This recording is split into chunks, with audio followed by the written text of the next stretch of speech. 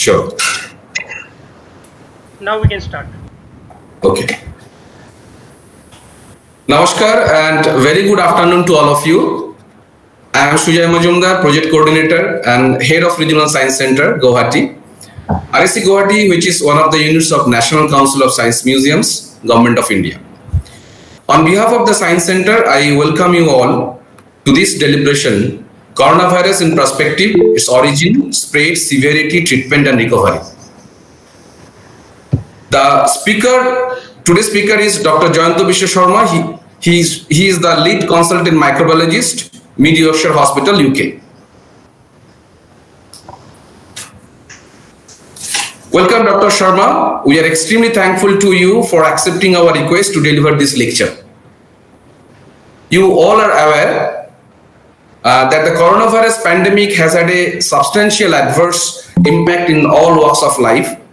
We know that the origin of this virus is not yet tracked and there are confusions among the people. So we would like to know what the experts are thinking. We feel that the basis of the therapeutics prescribed is changing regularly. So we would like to know how are we to cope with it. We see there are post-COVID and long COVID complications. So we feel we need to know what are they and what to do to negotiate with it. We hope this webinar will dispel misconception and disinformation. All this we understand will be explained by Dr. Sharma. Our wish list is long and it may take a while for Dr. Sharma to deal with this long list of our issues.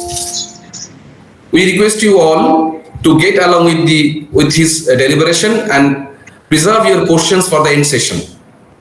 You may also type them in the chat box or comment box and we will try to address them as much as possible.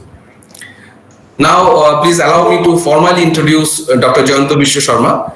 Dr. Jayanto Vishwa Sharma became a medical graduate from Guwahati Medical College, Assam, and then obtained a master's degree in molecular microbiology from Manchester University. He was awarded MRC Path degree in medical microbiology by the Royal College of Pathologists, London.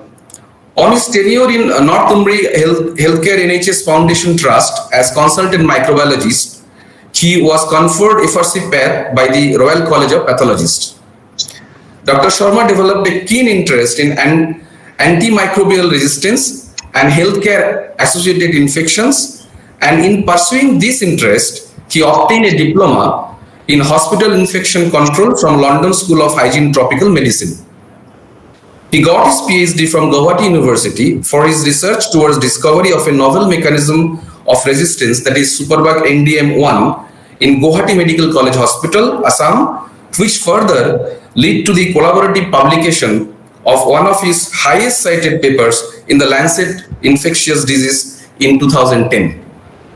He has co-authored several scientific papers in this area of antimicrobial resistance and infection control.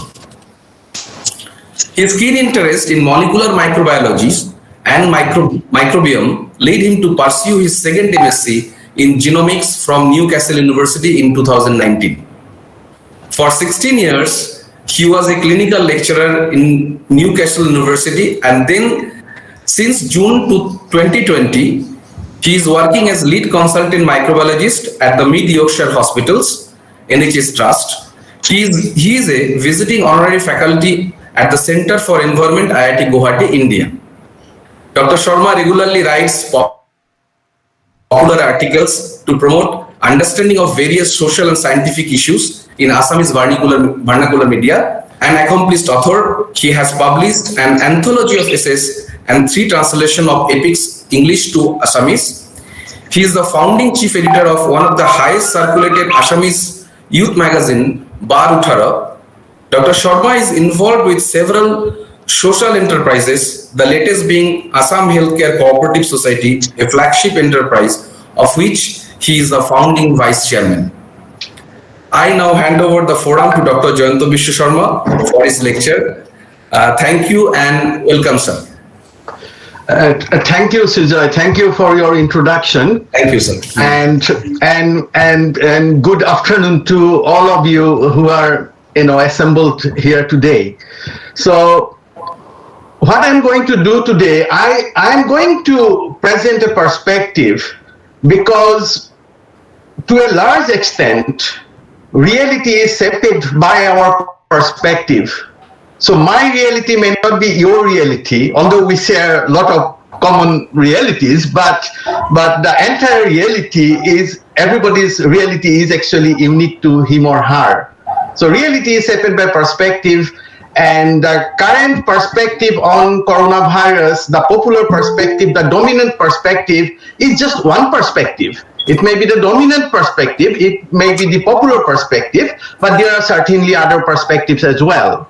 So what I'm going to do, I'm based on data and research findings, I'm going to present certain things to you which maybe not brought to your attention by the popular media or by the popular experts. So hopefully you will find it interesting, but I don't know whether I can do justice to this subject because this is a multidimensional subject. It is a very in-depth subject. It's a very wide subject, but let me see what I can do. So I'm going to present my slide now. Let me bring it up for you. I'm going to share the screen. Yes, sir. And so this is my desktop, and I am now bringing up the presentation. And Sujoy, please confirm me that the presentation is up. Yes, sir. It's up. Yeah, okay. So, coronavirus in perspective.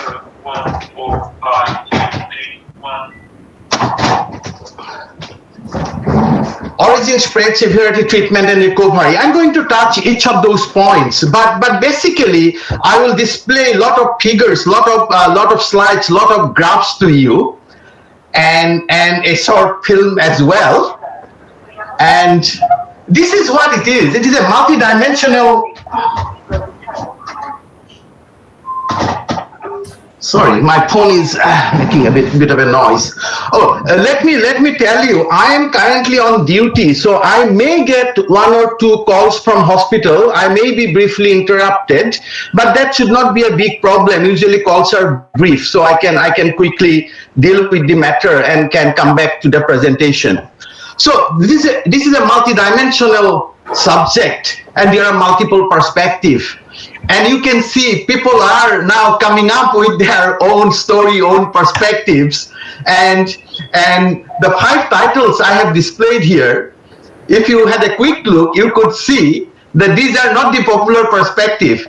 Every writer is trying to present a different perspective. In fact, I actually bought all these 5 books just a few days back. I haven't read any of those yet, but I just glanced over. But you can see, and we'll be going to be reading a lot of books like this for next 10 years, 20 years. The story of Corona would be told for a generation, maybe even in the next generation. So this is such a momentous event.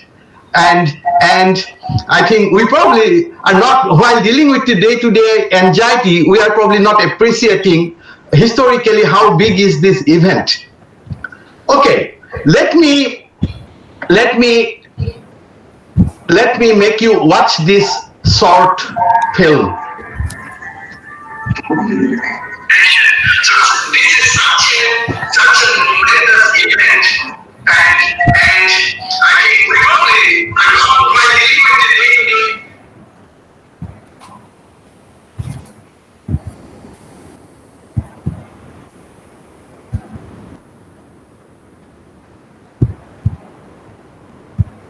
Sir, voice is not coming, sir. Sorry, voice is not coming? No, sir, voice is not coming, sir. I don't know. You just watch the film. Okay, no issue, sir. No issue, sir.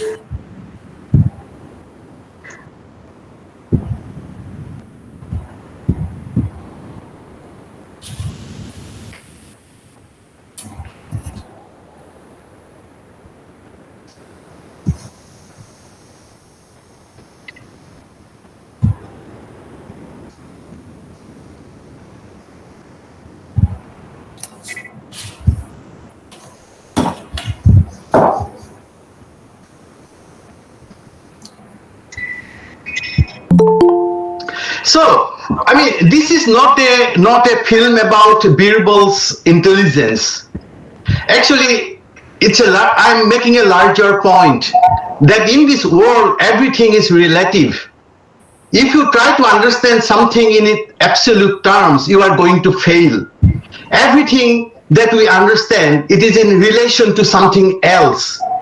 And that is what that is a long line in no time is made shorter, but by drawing a longer line by its side. I found this story, this Birbal story, very, very interesting, and every modern man should try to appreciate what is the moral of the story. It is not about the intelligence. He is talking about, it is actually the relativity, it is social relativity, and that we cannot understand something in its true light if we don't compare it with something similar. So you will see why I have shown this film and why I am making this point. It will become clearer as I move on.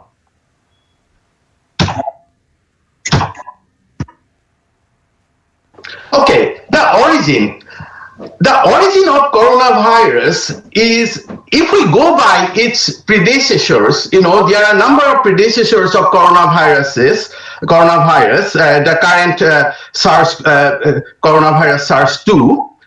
Just a moment, my God.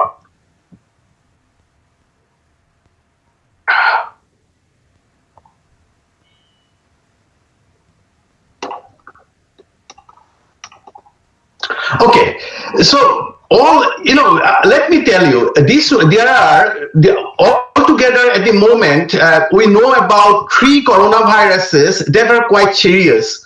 SARS-1, SARS-2, and the MERS, you know about those. MERS and SARS-1 are kind of, we do not know whether they are extinct, but they are not, at the moment, they are active. They are not causing any issues to ourselves. The SARS-2, coronavirus SARS-2 is the latest addition of this highly pathogenic group of coronaviruses. But in addition, there are 4 other coronaviruses that causes common cold to us. And in terms of origin, I think the established theory or the established narrative is that it has originated in the animal kingdom, in bats, in all the coronaviruses, excepting these 2, 2004 and 2065, we had OC43 and HKU1. These 2 are thought to be originated in rats, but other than all coronaviruses are thought to be originated in bats. And then what they do, a animal virus cannot infect a human in a very efficient way. It is just impossible because there are species barrier. So what happens, they kind of adapt themselves in intermediate host. It could be camels, it could be another mammal, a mammalian intermediate host. They get adapted there are genetic adaptation, and they become a bit efficient in terms of infecting human being. A lot of actually mutations goes on, and one of the mutant strain just happened to be that it can actually now infect human being. So that is the theory. And so far we know about coronavirus, SARS-2.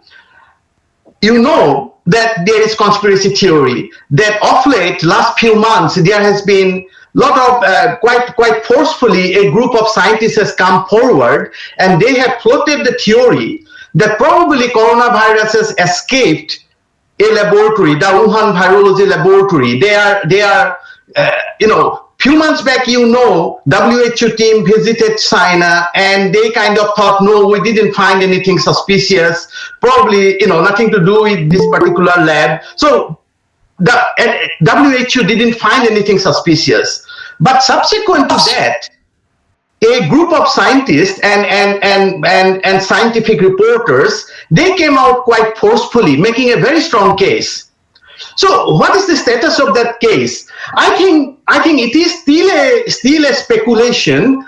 We haven't gone anything forward in terms of getting any confirmation that the virus has leaked from the laboratory. I think, in my personal opinion, is that I do not buy that thing personally, because we know all the rest of the coronaviruses, there is a track record. They evolved in animal kingdom, they got adapted in an intermediate host, and they transmitted to the human being. So why it would be different for this coronavirus? You ask yourself, what is the plausibility? What is the possibility? Why it would be anything different?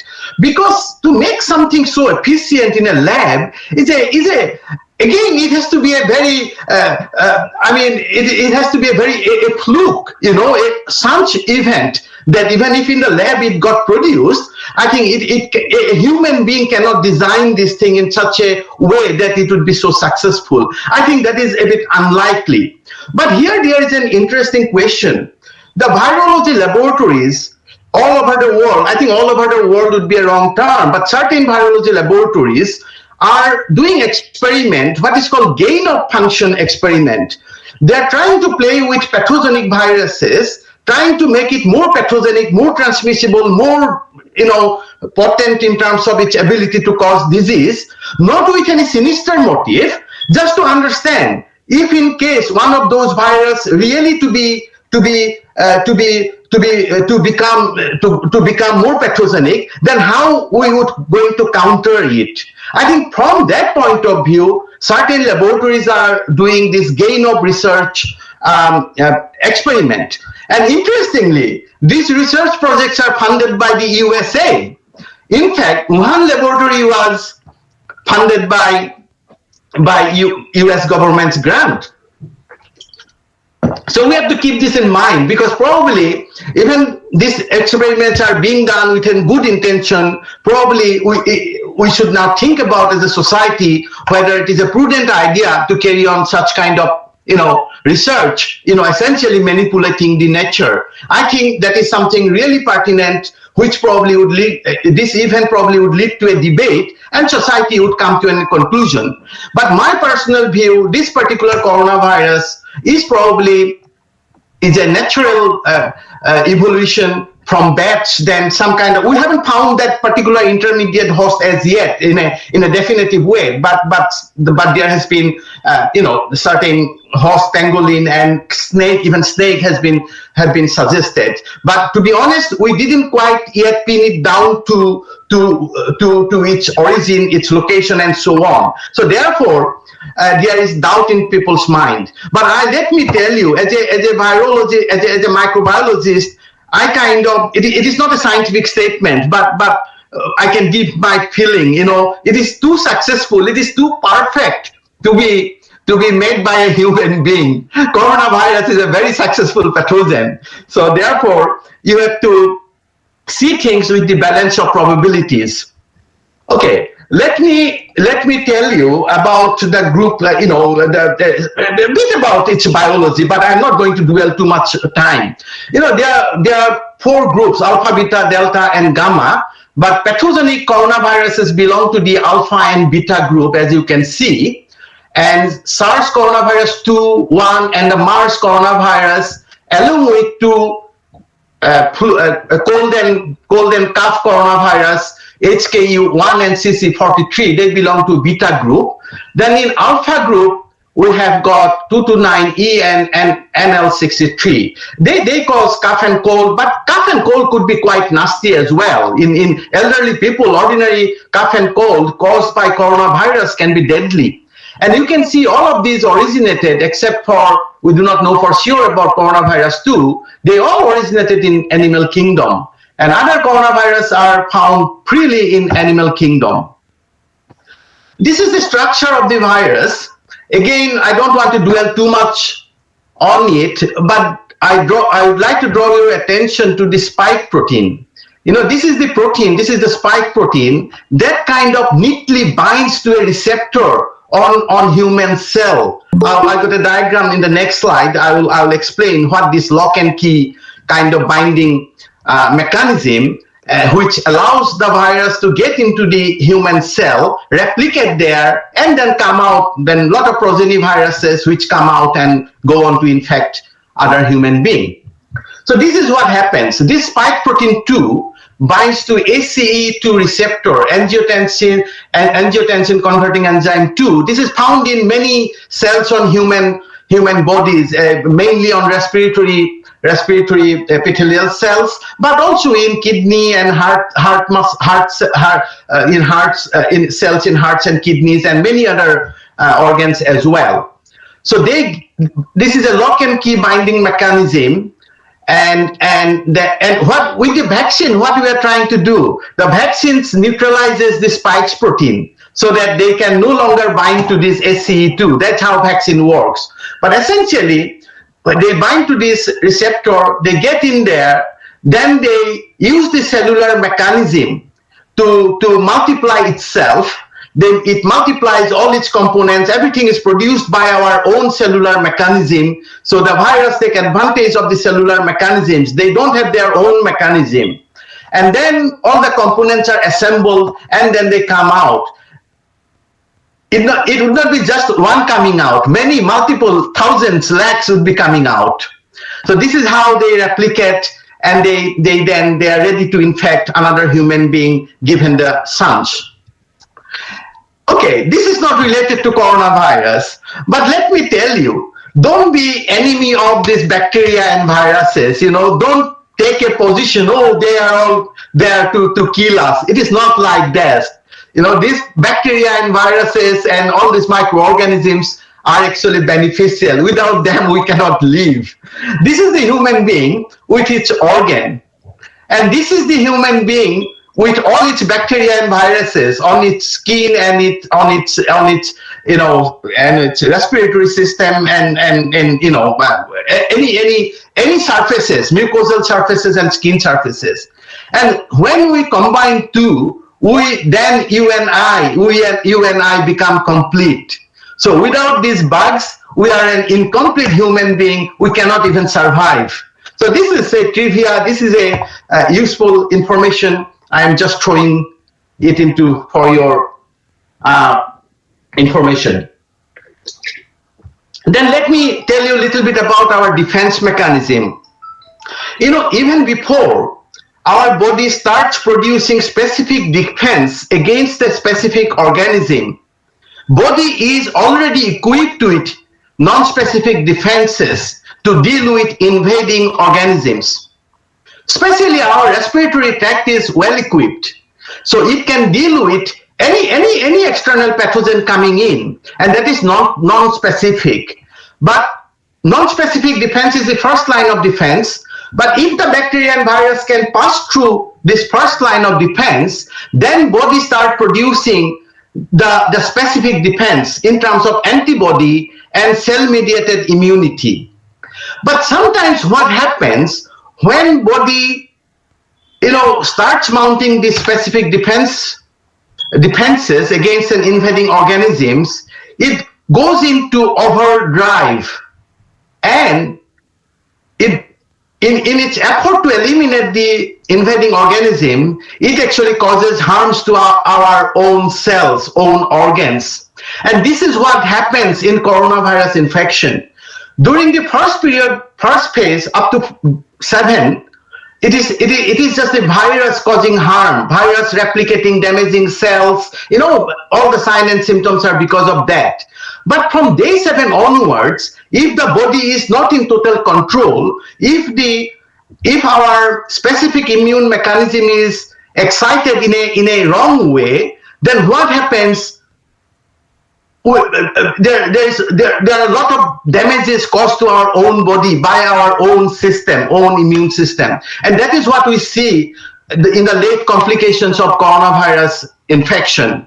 In a minority. But most people, 80-90% people, are either asymptomatic or suffer from very mild disease, and they get better within 4, 5, 7 days.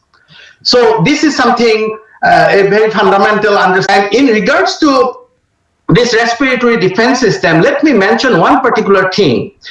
Our respiratory epithelial cells are special. They got something called, what we call cilia.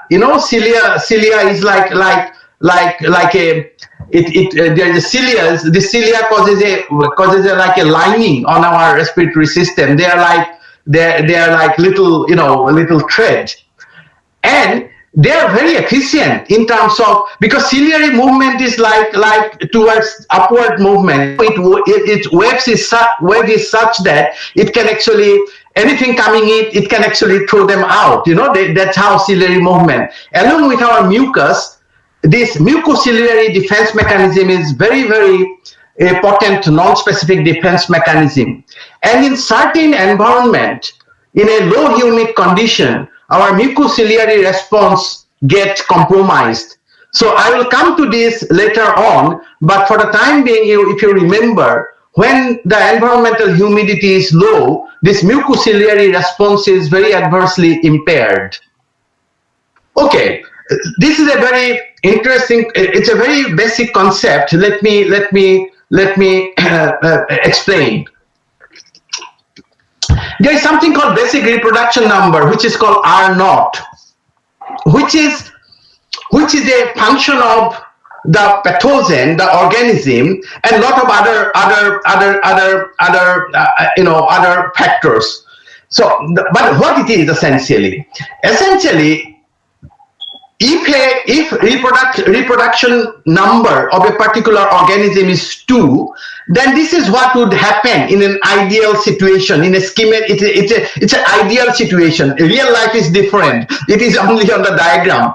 The first person would infect 2, then these 2 persons, each of them would infect another 2. Then again, the third generation would again infect another 2, and it would go on. So it would be a logarithmic increase, 2, 4, 16. You can imagine within no time, lakhs and thousands and lakhs of people would be infected. But in reality, it doesn't happen, because it is not that every single one of these people would necessarily infect 2. Some may infect 1, some may infect 3, some may infect none. So this is an essential understanding. It is on theory, on papers, it looks like, oh my goodness. But in reality, one person may actually infect 10, and one may not infect even a single one. So this is an average. These numbers are derived from observation, from real life observations, or from experiment. But nobody can be 100% sure about this R naught number for a particular pathogen. Usually we get a range, because it depends not only on the property of the organism, but on many other factors. Let me read out few other factors. Any factor that can influence the contact rate, including population density. So people has to mix for virus or bacteria that transmit from human to human without any environmental source. The people need to mix. They need to come into contact for the virus to be transmitted from the infected to the non-infected susceptible, individual. But that doesn't happen. It depends on the population density.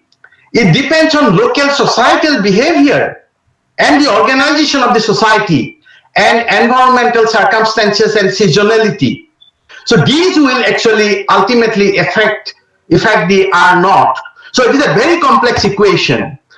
You have heard about mathematical modelings.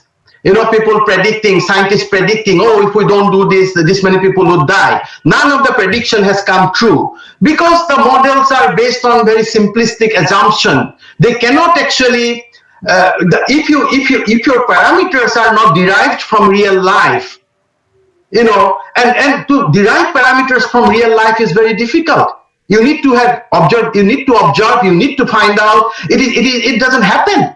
When a outbreak is just starting, you are struggling for those parameters. So we have to assume a lot of things, and those assumptions are often we get wrong with our assumption. That's why mathematical modelings on this occasion hasn't been very successful. In addition, there are other pitfalls as well, because this is a game of probability. So linear mathematical modelings doesn't quite take into account the probabilistic nature of this kind of phenomenon. But people are improving on the model, they are working, research going on, new models are being developed. So hopefully in due course we would be much more efficient in terms of our prediction.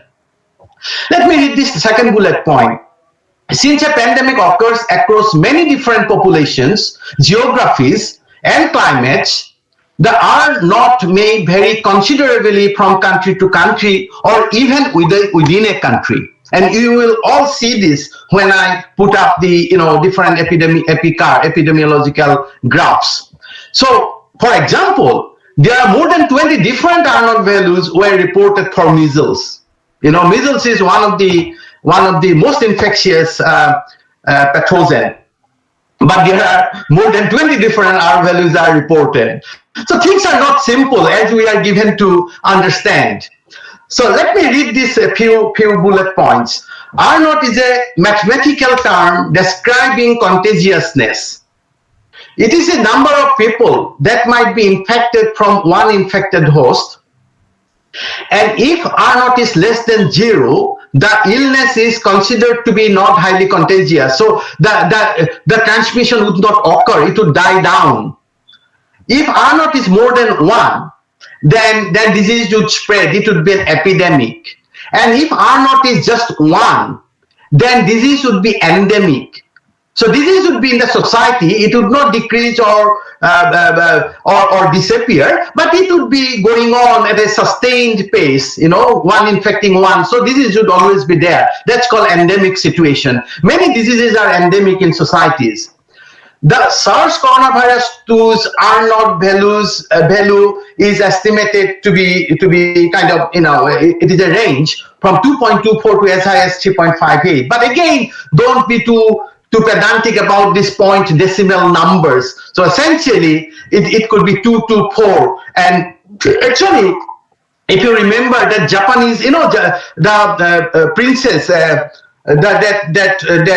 that ship, that princess, that jahaz, that we had that epidemic in Japan's shore. In that epidemic took place in the ship, and I think R naught was as high as 8, I think. So that was a very confined community of probably of a group of people not representative of the real society. So we got an R naught which we taken for like granted that this is the R naught we will see everywhere.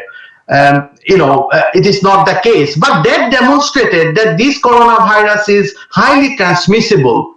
So given the hunch, it could be highly transmissible, but hunch has to be given by whom? Not, it has to get the hunch from many corners, not just from ourselves, from our irresponsible behavior, but it has to get momentum from the season, from the weather, from the humidity point of view, temperature, sun's ultraviolet rays. There are so many other factors as well.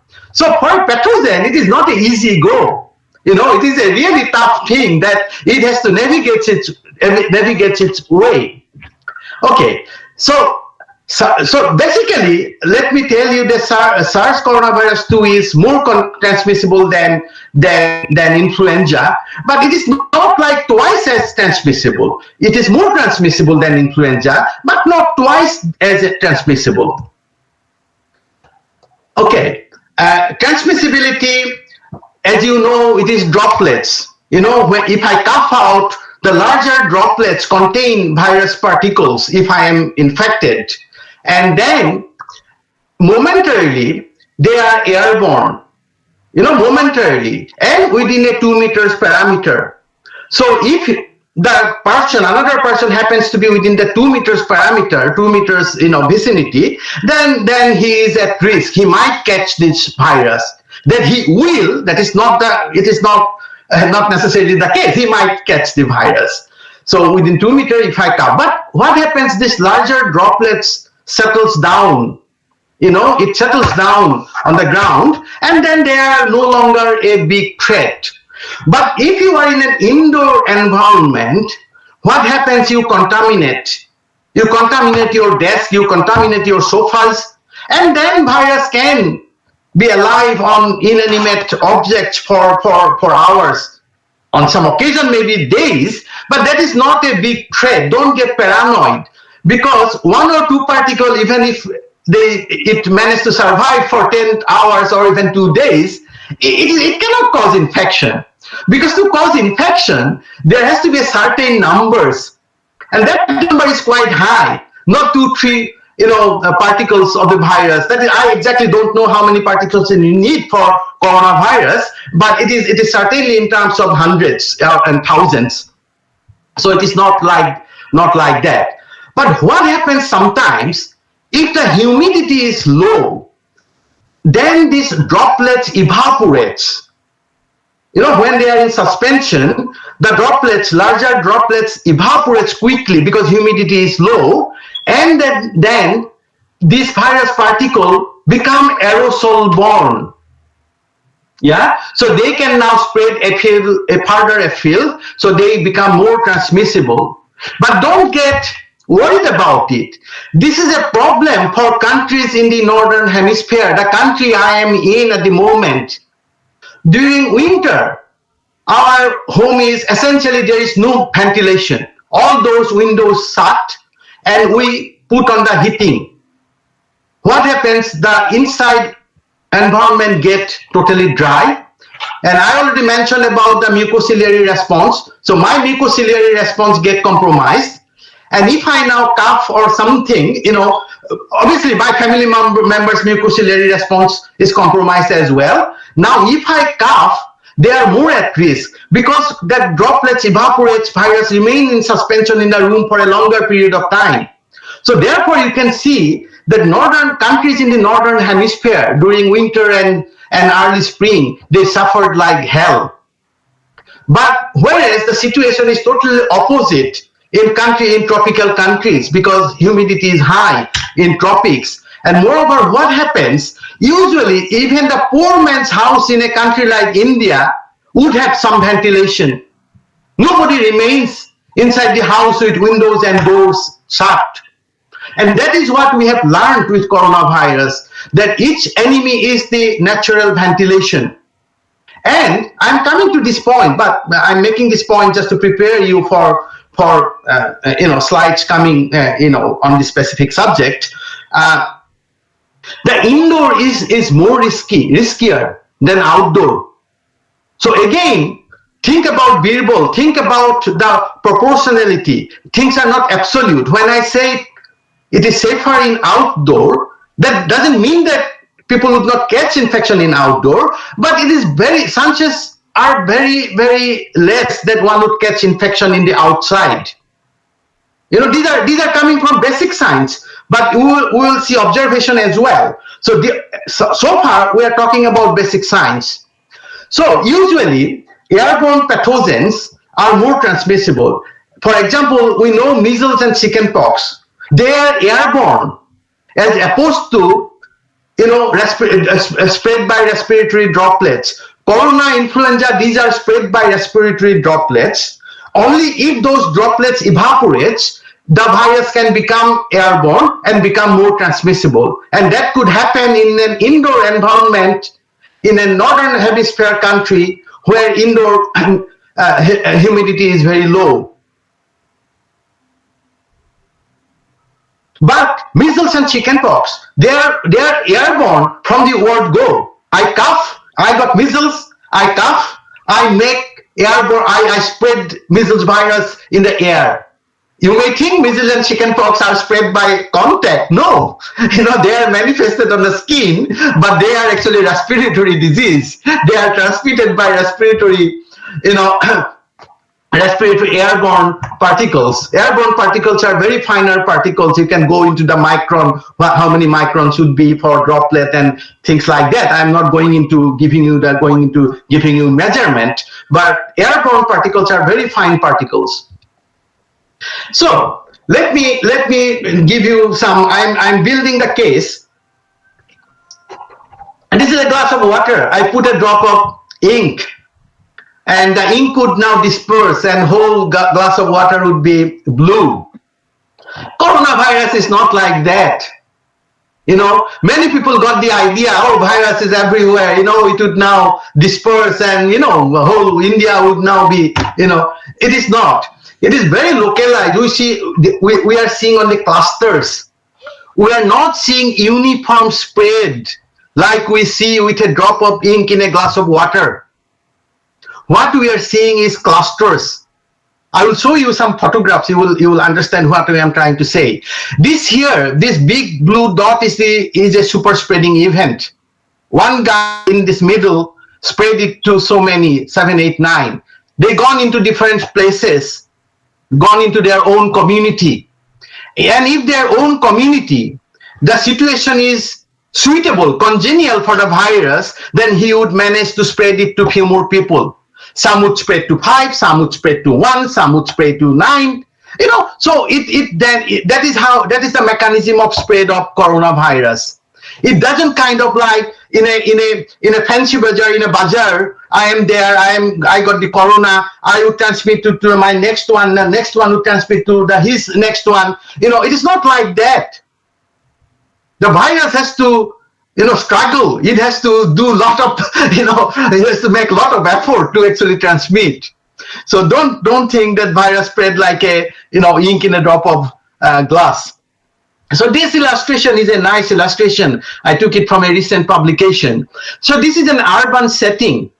This guy, if he is infected, he got chances to transmit it to so many, But if he's in a rural location, his chances is minimal. He could probably transmit it to only 2.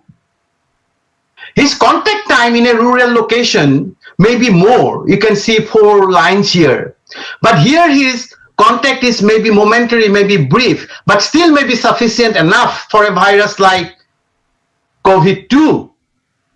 So essentially, what we are seeing, that coronavirus somehow being an urban phenomenon, again, I will substantiate what I am telling you. So I have so far made 2 points. It is an indoor phenomenon. It is an outdoor phenomenon. Again, this is not absolute, but by and large. Now, again, we are still discussing the basic science. We are not even moved into the observations as yet. We are dealing with the basic science. During the first wave, not so much during this time, you have heard about flattening the curve, It has become like a parrot, thing, everybody, flattening the curve, go, stay at home, do this thing, that thing, because we need to flatten the curve. So this is what flattening the curve. Why we flatten the curve? Why we try to flatten the curve? We try to flatten the curve only because there is only one reason why we try to flatten the curve. If we don't do that, then number of cases would go up within a short period of time, that our emergency services, mainly the hospitals, would not be able to cope. That is the only reason why we try to flatten the curve. So flattening the curve allows you to keep the cases under control, but you see, you have to pay a price. If you didn't flatten, the epidemic would be done and dusted, This is the time frame. Epidemic would be done and dusted. Now that you have flattened the curve, the epidemic is going on and on and on for months and months on.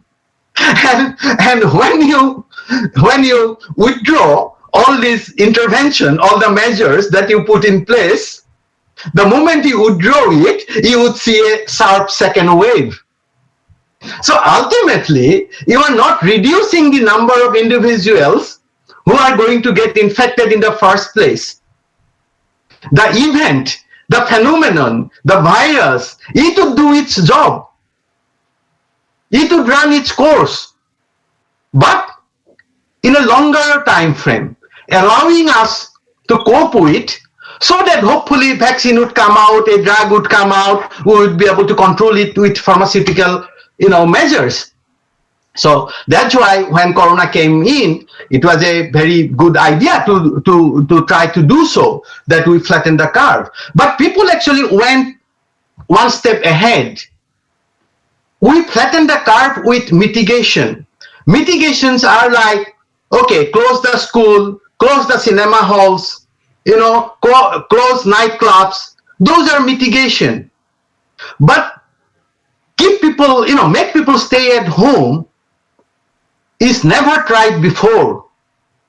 This is far more than mitigation. Keeping people home locked weeks on weeks is something never tried in Western democracy, liberal democracies. You know, why? I mean, it will be discussed why people given up their freedom, you know, much earned liberty, people given up, or government are imposing, people are not revolting. Even the leftist parties are supporting this kind of measures. So it is a very interesting social phenomenon. But what I am trying to say, that if you don't do anything, which can be a policy, then things get done and dusted within a period of 6 to 8 weeks. And if you do what we have been doing, then you prolong the agony. But at the end of the day, the benefits, you know, and the loss, you have to calculate how much you have paid in terms of your economy, in terms of children's education, in terms of personal liberty, in terms of people dying of other diseases. You need to take everything into account before making a policy, isn't it? So this is the perspective I am trying to give you. Okay, so I so far made the point that it is indoor phenomenon. And let me, because when I make a point, I cannot make a point from my you know, gray matter. I have to rely on people who are knowledgeable than I am, you know, who experimented, who thought about it. Therefore, everything I'm putting up today is well referenced. So, the vast majority of transmission happens in indoor spaces. Even in China, in Wuhan province, when the report came out, the joint report with WHO came out, that report clearly said that up to 90% of transmission were actually took place within the families. Mark this word. That was the Wuhan epidemic. Up to 90% of the transmission took place within the families. So likelihood of a secondary case, that is I infecting another person, in a 2-person household is around 18%, and in a 6% household is 55%. So who are the 6% household? Obviously the poor people in the society who cannot afford, you know, nice one single room for everybody. The multi-generational families, you know, people in Brazil, in Sao Paulo cities, people in Mumbai slums, you know, in Andheri, in Guwahati, in poor locations.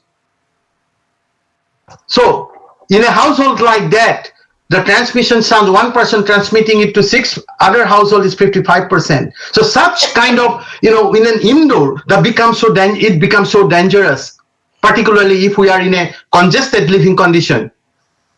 Infection risk is higher among those living in the most deprived neighborhood and those living in large household. The proportion of transmission that is within the home is likely to be highest during period when other social interactions outside the household are minimized. So when you are locked down, you cannot go anywhere for a walk.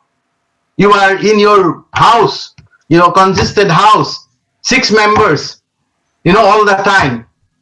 If I happen to get infected, invariably I would infect all my, you know, family members. That is what happened during the first wave in Italy, in the United Kingdom, in France and Germany. The virus got into the nursing homes. Nursing homes are old people's residential homes. By definition, they live inside. And on top of that, government imposed lockdown. They cannot even come out to the garden. And once the virus got in there, they just caused devastation. You see, advantages and disadvantages. There are many disadvantages in these rich Western democracies in the Northern Hemisphere countries. These nursing homes are their Achilles heel. Even the hospitals are by definition indoor place. In my hospital that I work, there has been hundreds and hundreds of hospital transmissions. You know, we have declared it to now because we are obliged to declare, you know, for transparency. So our trust my hospital has declared it only, you know, a couple of days back. But I knew that all along because I have been dealing with those epidemics. So indoor is dangerous. So let me tell you, very little evidence of outdoor transmission of SARS coronavirus 2 and even influenza, other respiratory viruses. Very few evidences. It's a very rare phenomenon that you would catch a respiratory virus while in the outdoor.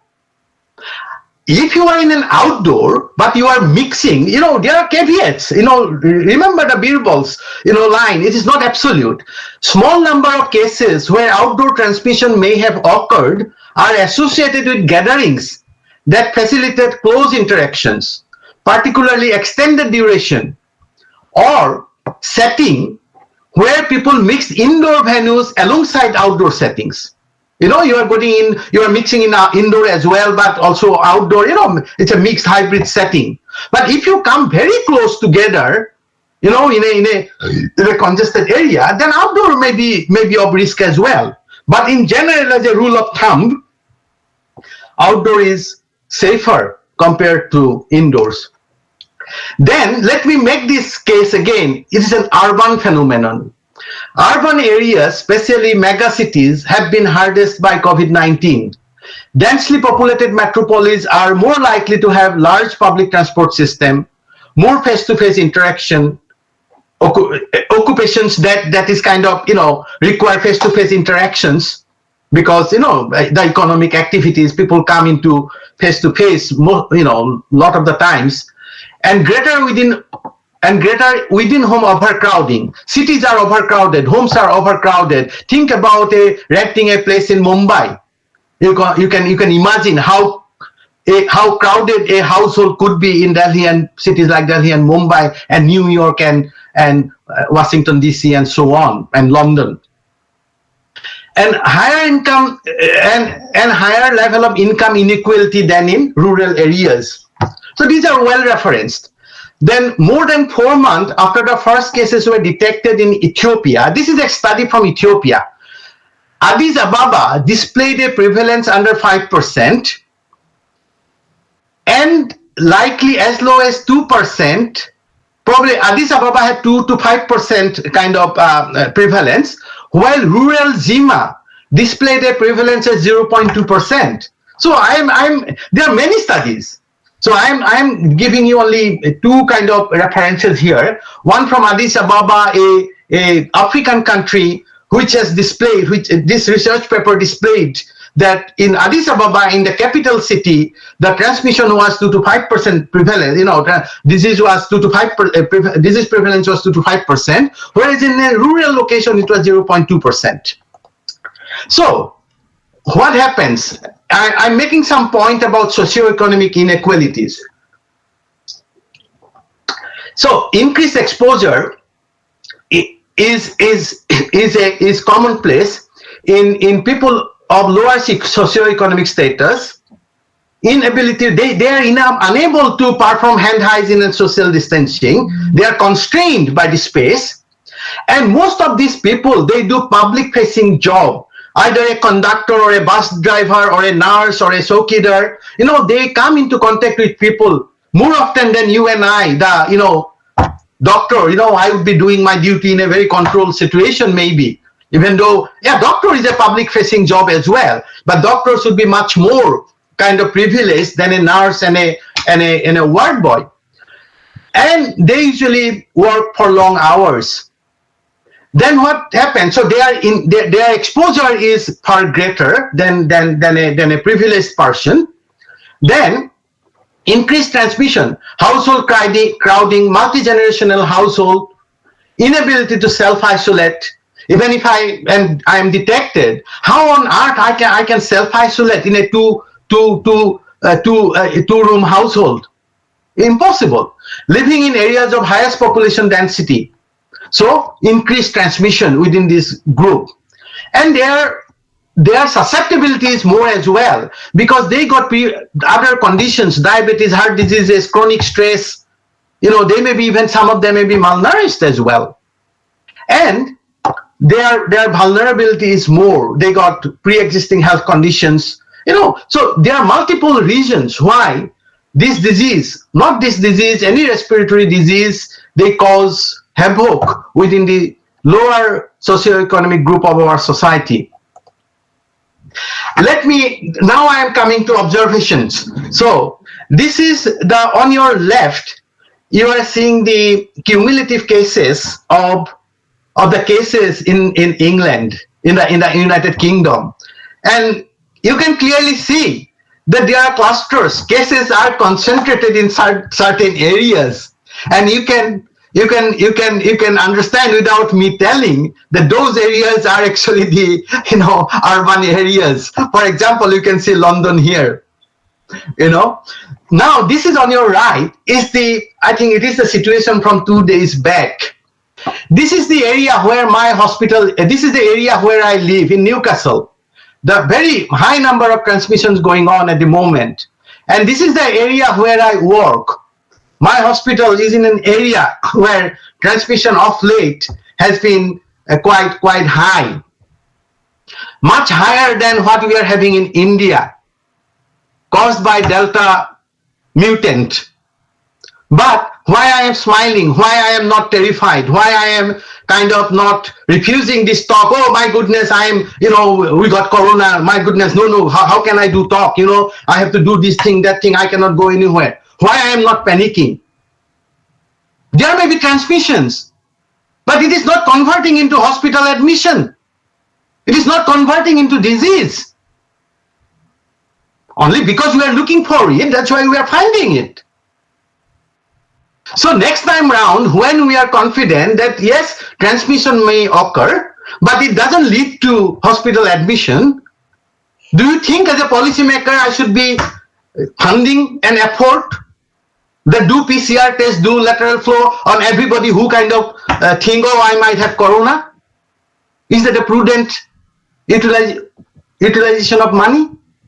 But right now, we think it is a good use because we are all terrified. We are terrified of a single case, whether it is causing disease or not.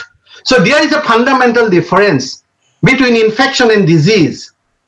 Many infection doesn't cause the disease. You get a very mild symptoms, or sometimes you don't get any symptoms. So that is called infection.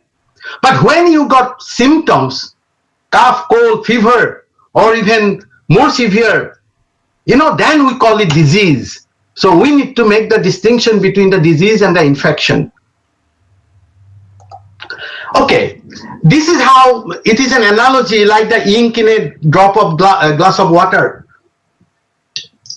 Ink drop. This is a fire, wildfire.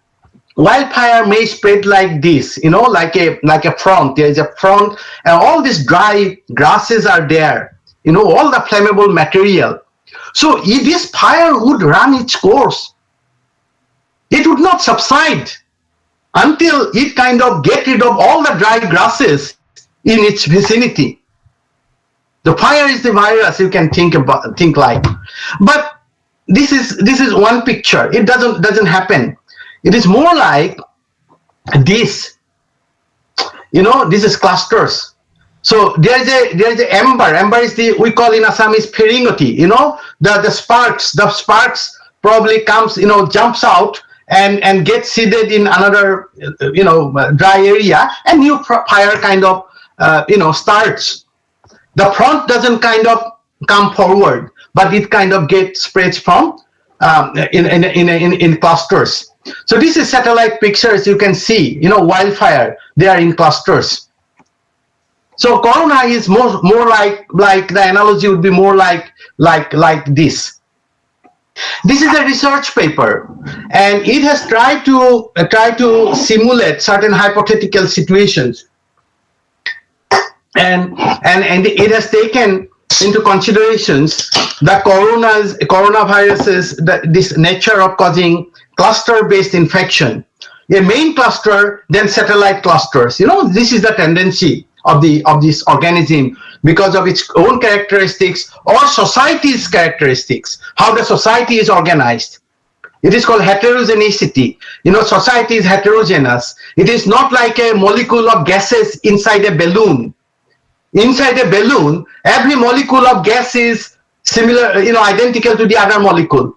They are equally distributed. They are randomly moving. But we human beings are not like that. In society, our behaviors are different. I can protect myself. I am a microbiologist. I know how corona spread. Yeah, so I can protect even within amongst a group of infected people. Likewise, certain behaviors allow some people to protect themselves. Like I just explained, the poor people, they cannot help, whereas the rich one, the privileged one, we got mechanism in our disposal. The society is highly heterogeneous. When I keep saying that rich people do not get corona, again I have to make you remember the Birbal's analogy. It's not absolute. Prince Charles got corona. Big people may get it as well, but those are rather the exception. But we think they are the rule. Those are the people. We conjure up a picture. Oh my goodness, the Prime Minister of England is infected. This big star, Hollywood star, is infected. Who am I? It must be a dreadful disease. This distort our reality. That is one Hollywood star. That is one Prime Minister. If I am to look closely, I would see people like him. Very few people like him are getting infected. On the other hand, a black community in London, the community is devastated perhaps. These are called proportion, thinking in proportional way, not getting fixated on one news and generalizing that news to every other situation. So there are they have simulated 4 situations, and you can see the green one is the overall graph, overall epidemic curve, but you can see there are 2 other curves within it. We do not see that. When we see the total number, we do not see the other clusters within it. But these other 2 clusters, one is the isolated cluster. This is the blue one is the main cluster which started the epidemic, and the blue one is the urban cluster, and this red line representing a satellite cluster maybe in a nursing home, in a old people residential home, maybe in a block of flat, maybe in a small in a slum area. But we do not see that. And what they are saying, that if we don't do anything, the curve would be like this, like the one I showed you previously. It would go up. It has shown here 2 peaks, but it comes down. It gets done and dusted within a certain time frame. But if I do partial reopening after locking down, then curve get extended, slightly extended, duration get extended. And if I do full reopening, at day 225, you can see the curve is flattened. The agony is being prolonged, but peak is lower. Yeah. Then if I do the reopening at 365 days, then curve is even lower. It is even getting distributed, but for a long period of time. And if you look at this in panel E, these are the mortality numbers in 4 different occasions. And there is not a big difference in mortality either. When you do the total count. So essentially the conclusion of this paper is that complex dynamic patterns of SARS coronavirus 2 infection in simulations, these are simulations, not real life, in a heterogeneous society. Every society is heterogeneous. When infection in isolated clusters are ignited by an urban cluster. So it is a new model. So they learn from experience. They learn from observations over the last 1 year. So this paper is kind of making sense to me. So I kind of therefore thought that it might be interesting to show you. So this heterogeneity of the society is a very big thing. It is not like a like I given the analogy within a balloon. We are not like gas molecule within a balloon. We are human being. We are highly heterogeneous. We are organized in groups. So one group may be totally remain free from corona, whereas other group may get infected. That is called heterogeneity. These are mathematically. These are, if you are a computational guy, if you are into doing mathematical modeling, you can make very complex model. I'm not mathematician. I can only barely understand the basic concept. So what I understood, that society is highly heterogeneous.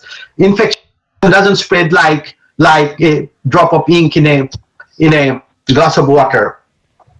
At the same time, the interplay of the urban cluster and the isolated clusters generated a variety of specific patterns in virus speed dynamics. So we see the varieties of different patterns. I'll show you some of the patterns.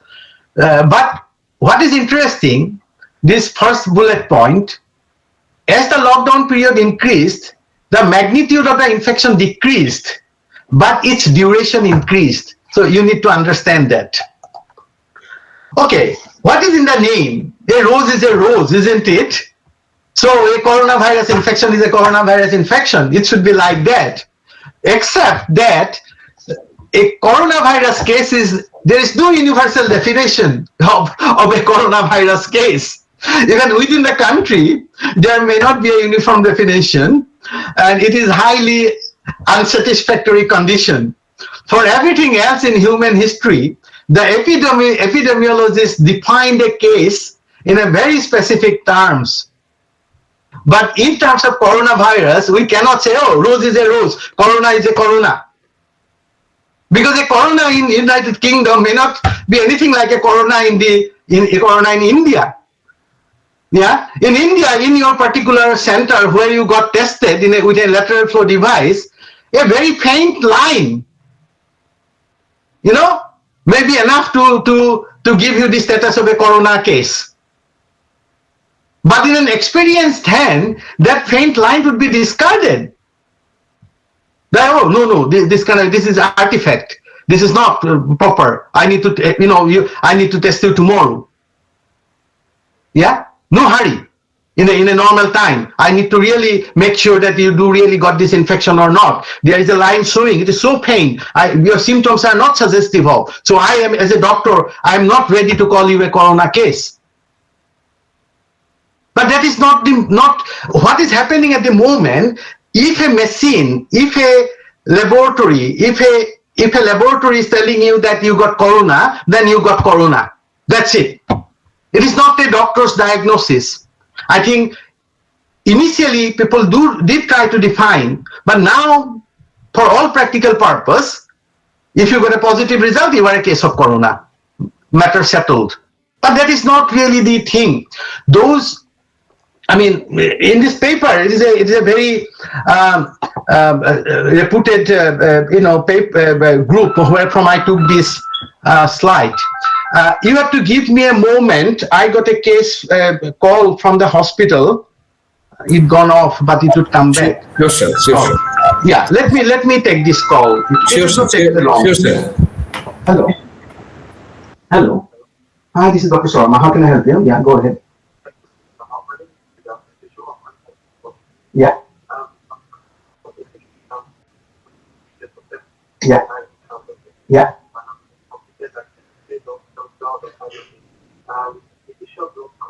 Yeah. Okay, which is positive. Okay, yeah. What are the sensitivity you have got? Oh, it's a contaminant. It's a contaminant. It's a contaminant. So you just switch to. Yeah. There's another blood culture from yesterday that is in progress. Yeah. So essentially, yeah. So essentially, no positive cultures. So you simply switch him to like you normally do. There is no positive microbiology. So you simply switch him to anything oral that you like to do, or even if you can stop antibiotic if you don't think it was an infection in the first place. So normal switch should be co-amoxiclav. Okay. Yeah. So essentially, the reason for you calling me, there is no reason for you to call me because he got no significant positive cultures. Yeah. So now you have to decide. Sorry.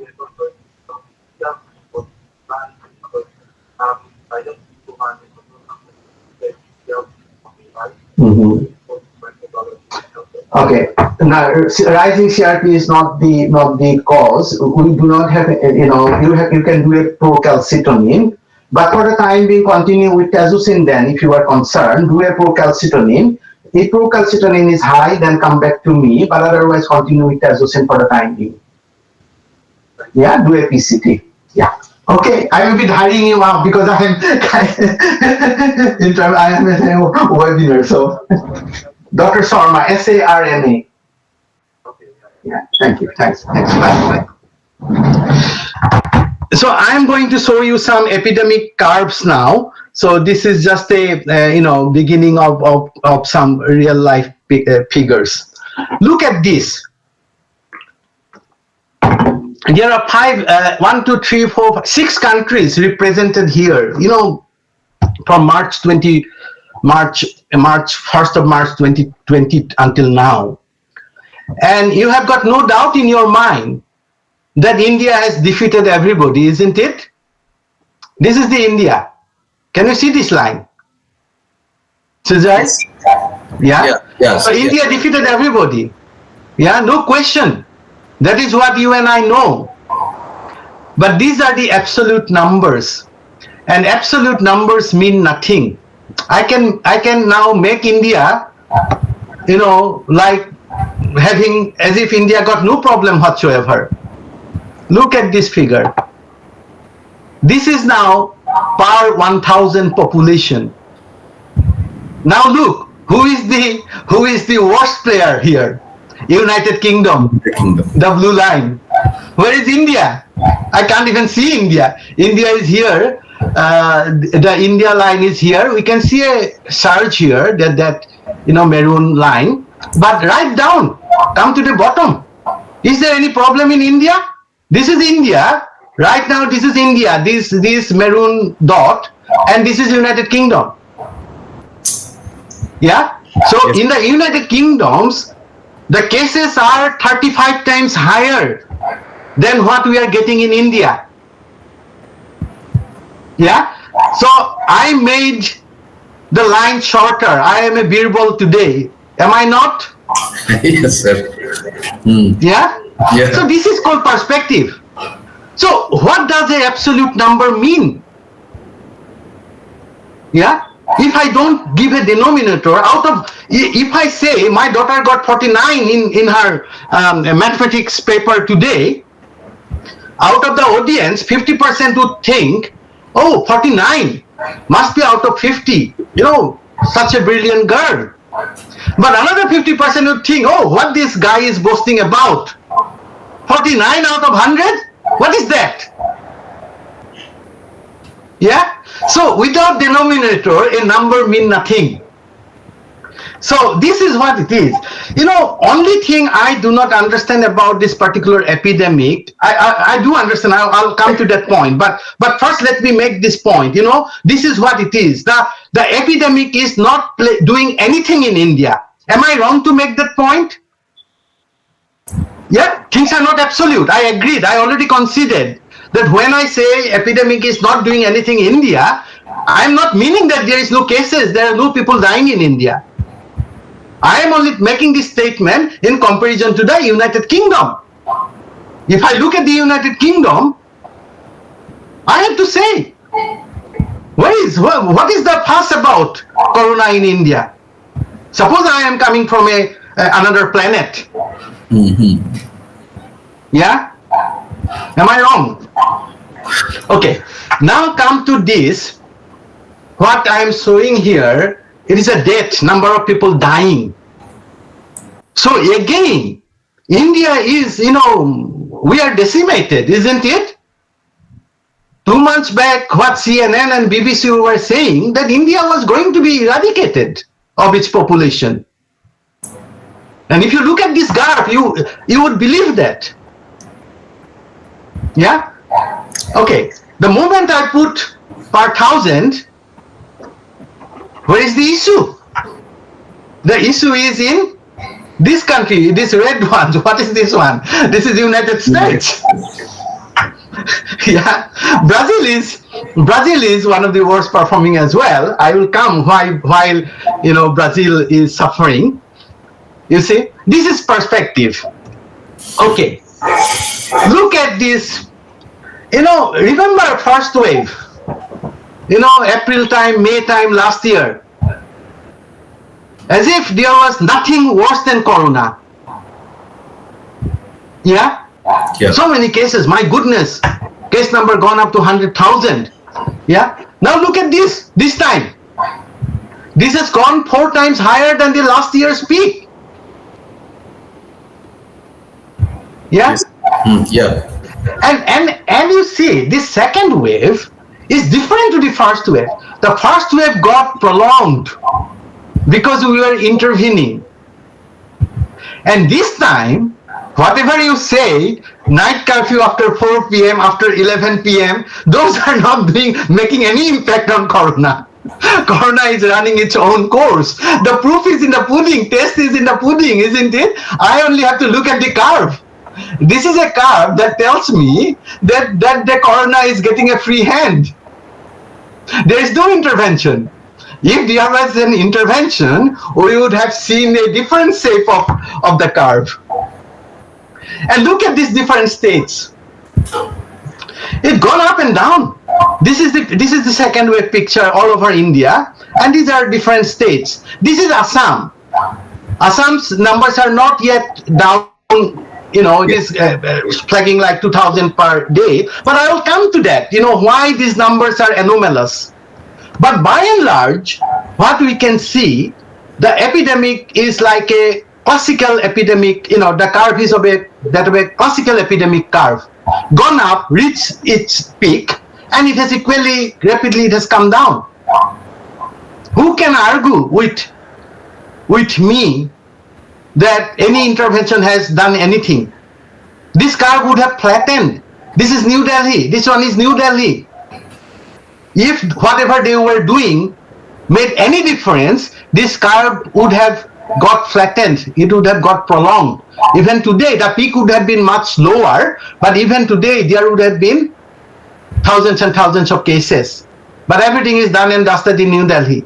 Everything is done and dusted. I haven't put the country, but I think this is Gujarat. I think this is I think West Bengal. And this is Tamil Nadu. There is few problems still going on. And this is Mumbai. Yeah. And I would like to show you this screen. This would make you like, let me put up another screen for you. Can you see this screen? The India map of India? Yes, sir. Yes, sir. It's visible. Yeah. So these are cumulative number. Let me expand it. You see, I do not speak without evidence. I said that corona is happening in urban centers. And this is Maharashtra, is not it? Yes, sir. This is Nasik. This is called Thane. This is Mumbai, proper Mumbai. And this is Pune. So this is Aurangabad. So these 4 or 5 places account for 90% of the cases. Do you believe me now that when I call that this is an urban phenomenon? I'm not telling that there is no cases in remote place like Kangur here, but I am telling you that I can account for 90% of the cases from big urban locations. Nasik, Thane, Mumbai and Pune. So this is what is called proportionality. This is what is called relativity. This is what is called, Birbal's line. So you can minutely examine every single area and you would see where the cases are coming from. I have simply given the example of Maharashtra. Gujarat, look at. This is Ahmedabad. The other dots are very tiny. This one is this is Rajkot. Rajkot is a village or a city? Jamnagar. I never visited Gujarat, but I do know Jamnagar is a city. Yeah. Rajkot is a city. Yes. And Ahmedabad is the capital city. And where are the other dots? So probably 3 places account for all the cases, 95% of the cases in Gujarat. But if you make the map like this, then this is like a drop of ink in a glass of water, isn't it? Whole India is colored orange. But once you do a bit of an examination, you can see, look at in South India. This is Bangalore, where the majority of the cases are. Yeah? So this is what I meant by, the corona is clustering in urban areas. Okay, let me go back to the slide.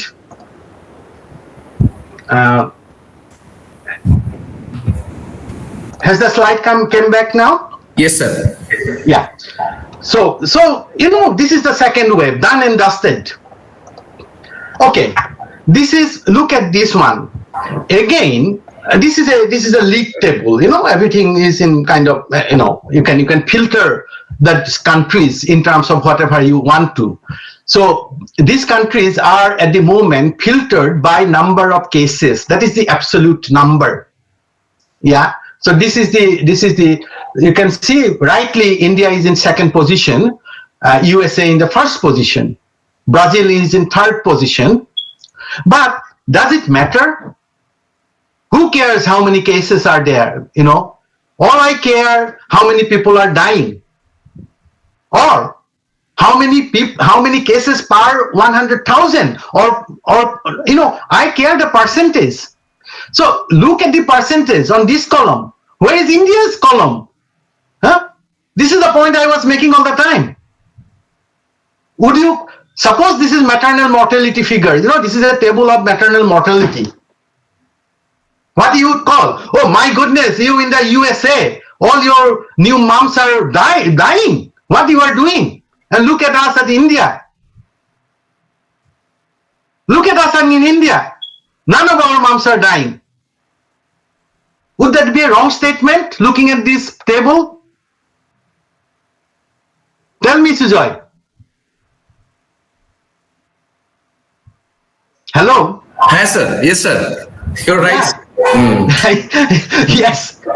My microphone was a little... Mic was mute. Yeah. So this is what it is. This is called perspective. Yes, sir. You can look at things from this perspective, number of cases, then India is the worst, second worst. But if I look at from the perspective of per thousand, of course, India's position goes down to 100, 110 even. Yes, sir. Yeah? Yeah. Right. So look at this one. By per million, this is cumulative. So that's why it is 2 years worth of cases, isn't it? So look at India's color and look at America's color, look at Europe's color. This is the northern hemisphere, whole of North America, whole of Europe. And look at this country in the tropics, whole of North Africa. Yeah? Are they not spared? Even less problem than India. But these countries in South America are also in the tropics. Why they are suffering so miserably then? We have to explain that. It's a job of the epidemiologist, job of the scientist to explain. None of the countries in Africa, problem is real. The problems are blown up by the media. If you look at the graph and figures, and if you compare with worse performing and the well performing countries, then you would make a statement. Oh my goodness, so lucky the Africa is. Would you not say that? Africa's color is like Australia's color. You and I all know that Australia got no problem. And look at some of the color in African countries in matching the Australia's color. It's true. Look at this, death per million. The situation become even more brighter. Look at this color and look at India's color. And look at whole of Africa's color. There are certain exceptions. Exceptions always establishes the rule actually. And look at South America. South America is a special case, and I can explain that, but I will come to that. Okay, I have, for sake of simplicity, I have put just two countries side by side because I live in United Kingdom and I'm an Indian. So let us compare these two countries. These are cases per million. Look at when first wave struck us, we were terrified. The kind of lockdown we were under, Even today, we are under some kind of lockdown. And this second wave, it has gone 12 times higher. So compare the first wave and the second wave. But people were much more relaxed during the second wave. There were less hospitalization, less people were suffering. Yeah? And in India, when cases started going up, I actually made quite a few articles and have been regularly updating my Facebook page. I have been predicting certain things based on fundamental, and so far I have been proven right. I was telling people, then don't be surprised, don't get agonized. Cases going up to 400,000, because in England it got 12 times higher. So in India, you can only expect that the cases would go high, much more higher than the first wave. And that exactly happened, but it didn't go 12 times because of India's society structure or India's location, because we are in the tropics. I'm coming to those few finer points. But the point I am making, and today, United Kingdom got 30 times more cases than India. But India, we are terrified. We are being told that some kind of wave is coming, and this wave is going to decimate our children. On what basis they are making this kind of predictions? In the United Kingdom, the Delta virus, which originated in India, they say, is causing this number of cases, but I haven't seen a single children dying of it. So we should not speak nonsense. When we make guesswork, when we give a prediction like a Jyotisi, we should tell that here I am giving this prediction because I have examined India's horoscope. I cannot make a prediction today. The third wave is coming anytime soon, and third wave will catch all the young people, all the kids. These people who are making this kind of prediction. I don't know what to tell them. Look at this is the Delta virus in the United Kingdom. Cases are 30 times, 40 times higher than in India. And this is again two countries compared, and this is the mortality. One thing I cannot explain. Why during second wave England's mortality remained low, but India's mortality went up. Yeah. Right. Look at this is it is slightly difficult to understand. This is if cases went up how many times? I say 12 times. Okay. But mortality went up not even 2 times. This is the mortality during the first time round. This is the peak. And this is during second wave, the mortality. Not even 2 times, is it? Yes. But look, number of cases gone up 12 times. So mortality should have gone up 12 times as well. Okay, we are managing well. We got now few treatment. Still mortality should have been at least 2 times. Because we didn't get any magic bullet for corona. Yes, we got a bit more organized in terms of managing cases. We got less panic. Doctor become a bit bolder. We are not trying to protect ourselves but to treat patient, unlike the first time round. We are managing well. So we are making more people survive. Understandable. But why still it hasn't got 12 times higher? Whereas cases went 12 times higher. It didn't even go 2 times higher. And now look at this figure. Of late, the cases are skyrocketing in United Kingdom. But where is the mortality? Look at this. The extreme. No mortality. But why then in India, compared to first time round, our mortality went up 4 times? You tell me. If you say, this time we got a mutant virus, Delta virus, Gamma virus, absolute rubbish, isn't it? Because it is the same virus in the United Kingdom. Why? I got my explanation, but I leave you to think about it. Okay, this is the timeline of lockdown in the United Kingdom. You can imagine, I last visited India October. I got a moment of opportunity to visit in October because it was nationwide lockdown was kind of a bit relaxed. But we were under severe lockdown during the initial, during the first wave. There was not a single car to be seen in the street. We were not traveling. We were given a order, stay at home. Then gradually stay at home was relaxed. People were allowed to come out, but not allowed to assemble in the public. There was a restriction of 6. Not more than 6 people can assemble. And in country like United Kingdom, when rule is given, rule is obeyed by the people. So how stringent it was. No two households were allowed to mix. I cannot go to my neighbor's house, Gradually it were relaxed. 2 households were allowed. There were very stringent rules how 2 households can meet and so on. So we are under kind of restriction even now in terms of household mixing. Only now things are probably from 19th of July, all restriction would be lifted. Cases are going up, but restriction is being lifted. You see, people are coming to senses. The United Kingdom was the one to start the panic button to go to that extreme lockdown. They got it wrong, my personal opinion, and now they are getting rid of it.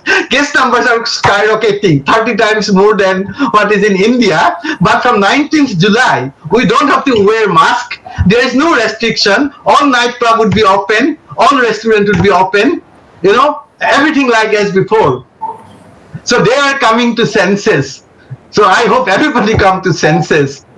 They are saying that why we are doing this, because we have vaccinated the vulnerable population. So now if the disease happens in younger lot, they are not suffering, it's just an infection, it's not disease. So fair enough. The life has to come back to normal because society has to run. So this is a sensible thing. But look at this timeline. My mental health gone actually bad. I am not a sane person. I got a little bit mad, anybody would go mad. Some people more, some people less, but we all gone a bit mad. Okay, I'm coming to this another point now. I made 2 points. Corona is a indoor phenomenon, corona is an outdoor phenomenon. Corona is clustered around the urban centers. So we made those points. Now I am making the point that corona is a disease of the northern hemisphere. There is something called corona belt. And these tropics, which is a line of Capricorn and line of, what is the line of this called? This is a line of Capricorn, this is a line of Cancer. In between this area is called tropics. And you see, this is the Brazil. Brazil is right within the tropics. India, vast majority of India is in the subtropical and tropical region, whole of Africa. Yeah. Okay. So this is how season changes. This is the summertime in northern hemisphere. Though the whole earth is kind of northern hemisphere is closer to the sun. This is summertime. Sunlight falls direct. So in summer, cases goes down in northern hemisphere as well, but in winter time it is a dreadful time and you can, if you are interested in a little bit of geography, then obviously you would know these things are interesting because the seasonality is something we try to understand in relation to respiratory viral infection. Your influenza is a seasonal disease in the countries of the northern hemisphere in the winter, and in southern hemisphere during their winter. And right now, southern hemisphere countries, this is the position right now of Earth, more or less it is coming to this position. And southern hemisphere countries are having winter now. So they should be having influenza cases now. But this time influenza is less, that's a different matter.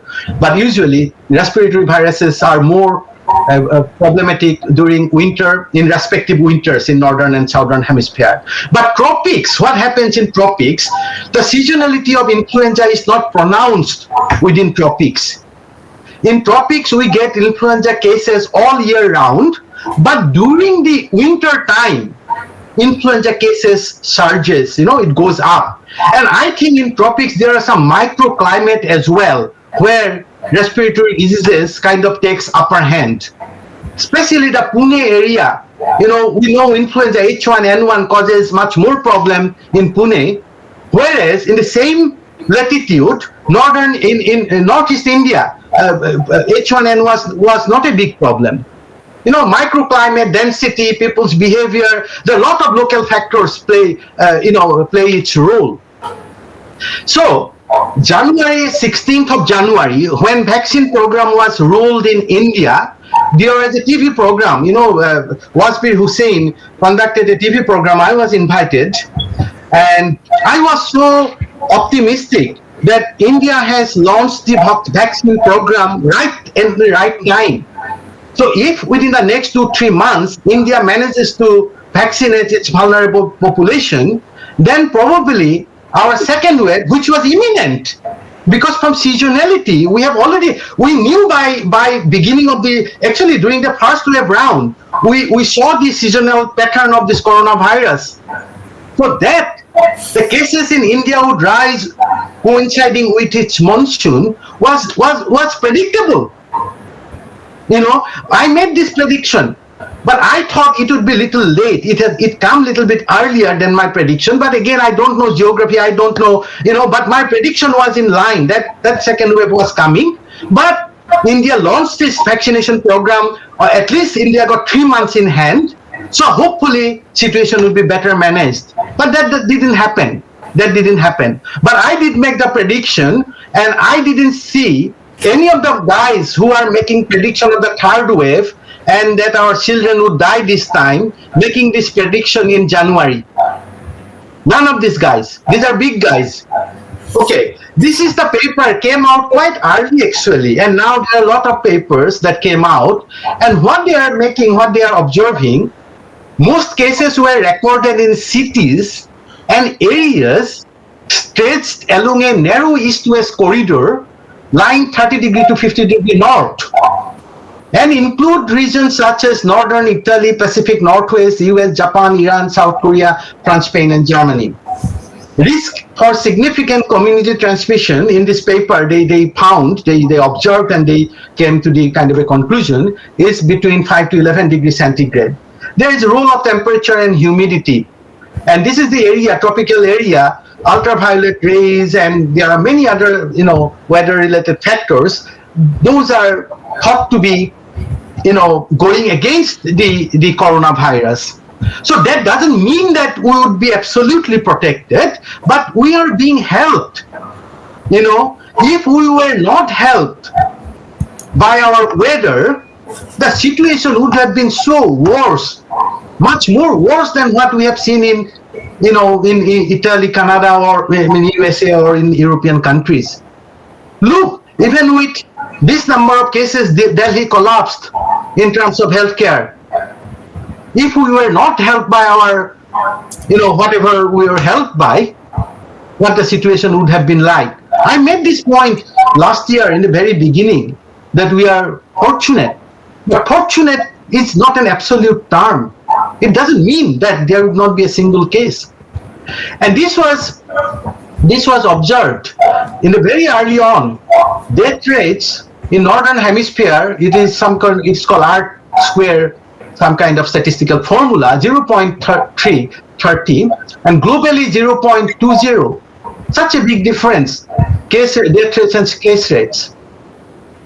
So COVID-19 is less prevalent in countries closer to the equator, where heat and humidity tend to be higher.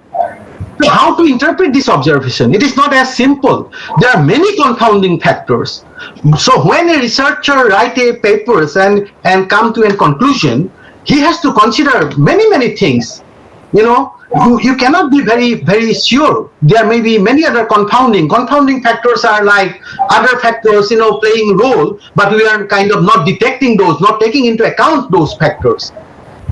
So everything, the researcher being careful here, he is not putting everything down to the position.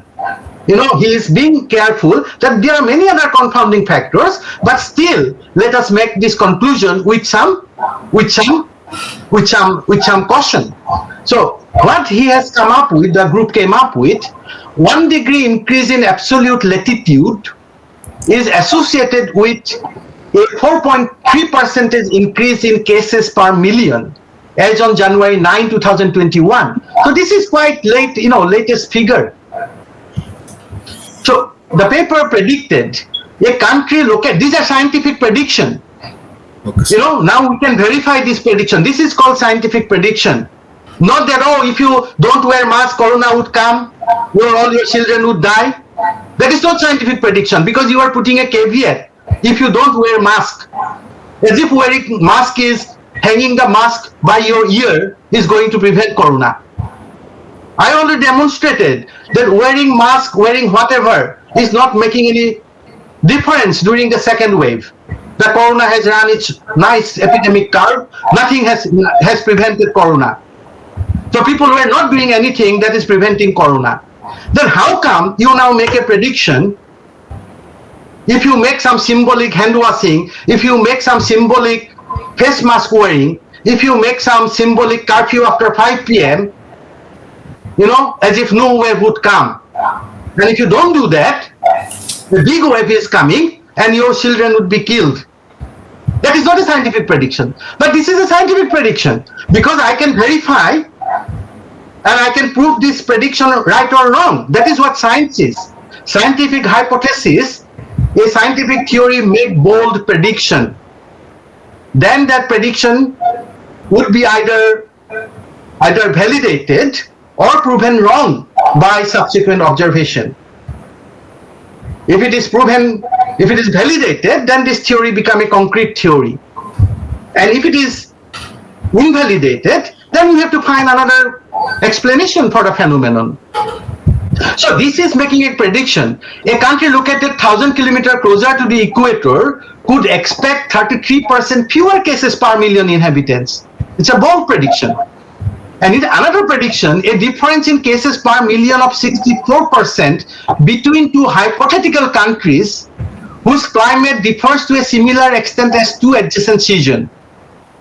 Yeah. So let me tell you. Suppose I am in, consider countries in northern and southern hemisphere. There is a whole season difference. If it is summer in the United Kingdom, it is winter in the Australia. But it is not talking about winter and summer and winter, because there is a season in between. There is autumn in between. So if two countries are such located, then one country we are enjoying summer, the another country we are enjoying autumn. So if two countries got that kind of weather difference, then because of its location within the earth, within the latitude longitude terms, then you would see a 64% difference in cases.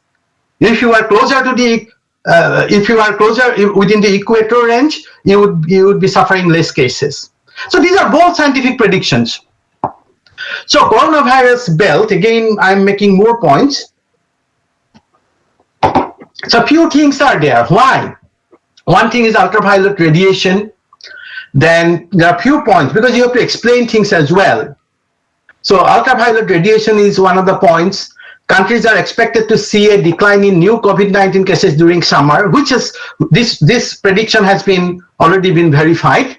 Does not imply that the disease will vanish during summer or will not affect countries close to the equator. These are not absolute things. The researcher is qualifying, that these are not absolute. We are talking about relative terms.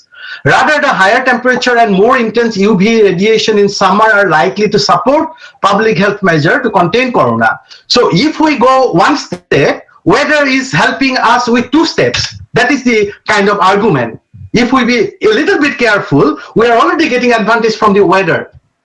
It's not, the paper is not telling you, give up everything, enjoy your life. Let us be careful, but not fearful. So seasonal influence, it was recognized this is a doctor, he was a general practitioner, Robert Hope Simpson. He actually made this observation that influenza was seasonal. And why influenza was seasonal, I think many things can be said about it. Because first of all, as I told you, that there may be some advantages in terms of temperature and so on that a virus gets in winter, but people's behavior is a key factor as well. During winter, people are mostly indoor, and we have already made this point that indoor is a perfect place for corona, for any respiratory virus to spread, congested indoor space. By the springtime, people go out and about, and respiratory diseases decline. And what we are doing this time, we are making people locked up. That was a wrong policy in these countries, and this is a wrong policy everywhere who are doing this. Okay, so let me make this another case. This is very interesting. Why we see cases in clusters. During the first wave in Italy, these two regions, Lombardy and Veneto, these are two very wealthy regions within the Italy, very wealthy regions. And there is a place within Lombardy which is called Codogno, Codogno in Lodi. In Lodi is another area within Lombardy. Lombardy is the region. And another town called, this is very difficult to pronounce, Vo Eugenio Pavoda in Veneto region. So essentially two towns in two these locations. And what happened, the epidemic got ignited in these two locations from two index cases, but there was no relationship between these two index cases. Totally different. No relationship, no epidemiological connection, no travel connection. And in Lombardy, as you heard the name Lombardy perhaps, the epidemic broke like anything. Many people died. And in Veneto, the epidemic, for whatever reason, didn't get the momentum. But the main point is that how come in two locations, the epidemic started at the same time? There's no connection that the other guy came to other guy's house, then he traveled back by air, and he started the epidemic in that own region. It was not like that. They were not connected. So this is a term, specific term. Let me introduce the term to you. This is called synchronous. Synchronous is taking place at the same time, but this is the term I was after, autochthonous, that is with no apparent link. Yeah, so this is very interesting. So therefore, the theory is that the seasonality theory is coming into play now. What is the speculation? What is the theory? That cases are already in their respective places dormant. Yeah, they are already lying dormant there, much before, unrecognized. The moment situation become congenial, it got ignited. Yeah, that is the explanation. We don't know whether this is true or wrong, but this is what the explanation is at the moment. Because the situation starts changing, and whatever the seasonal advantages a virus is supposed to get, at that time, the cases which are already there lying dormant in a very subclinical level, they are probably transmitting, but they got now ignited, got advantage, so the epidemic starts. 1 become 2, 2 become 4, 4 become 16, like that. And that was very prominent in Lombardy, but not in Veneto. We do not know why not in Veneto. But the point here is that cases already lie dormant, and when situation become advantageous, in whatever terms, then a virus can get ignited. Because every winter we get influenza cases everywhere. It is not that it is starting from day one person transmitting the other transmitting the other. It is not like that. It gets started at the same time everywhere in northern hemisphere in the winter, in Australia in their winter. So this is what we need to understand, so that can explain multiple multiple clusters kind of getting ignited at the same time. Now, let me come to a very important aspect, a very important perspective, and you would be puzzled. This would be an eye-opener to many of you. When a medical test gets marketing license, they need to produce evidence that this test is a proper test, it is an accurate test. And that accuracy has to be proven on two fronts. One is in the laboratory, that is called analytical accuracy, which has been proven for all the corona cases, all the corona tests. But at the same time, they have to demonstrate their real life accuracy as well, because laboratory ideal situation, performing a test on a artificial samples in a very ideal condition, is totally different to a real life situation. So normally, a company has to produce evidence both within the laboratory and in a real life study as well. But in corona, was an urgent public health situation. All the tests were given emergency authorization. These are not permanent authorization. These are emergency authorization. Those were given on the basis of simple laboratory analytical accuracy. So how a corona test performs in real life, we don't know. Even as on today, when people are looking into it, people are researching, but not the authorities. They don't even care, even as on today. But scientists, the epidemiologists, people are looking into real life accuracy of corona test. And you'll be surprised that real life accuracy is much more worse than the analytical accuracy that we have been given in the product literature. Because there is a more fundamental point. First, you remember that light, nothing can move more than the speed of light. That is the fundamental rule of nature. So equally, there is a rule in medical science that no test can be 100% sensitive and specific at the same time. So no test can be 100% accurate. So you keep that. It's a rule of, it is like an Einstein rule, in medical science. No test can be. What I am demonstrating here in the left-hand panel is a lateral flow test. We call it RAT test, don't we? Rapid antigen test. And this is performed on a lady from Soigaon area, a rural area, a 25 years old lady who happened to come to Guwahati Medical College just because she was in labor.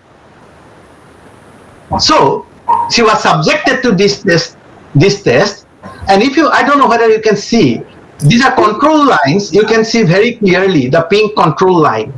Yes, yeah? It's visible. Yeah, it's visible. The test line here, you can probably make out a faint line here. Yeah. Yes. Then everybody got excited. She has been then tested twice. Then I cannot see any line whatsoever in these two subsequent tests. Test is working fine because control lines are appearing.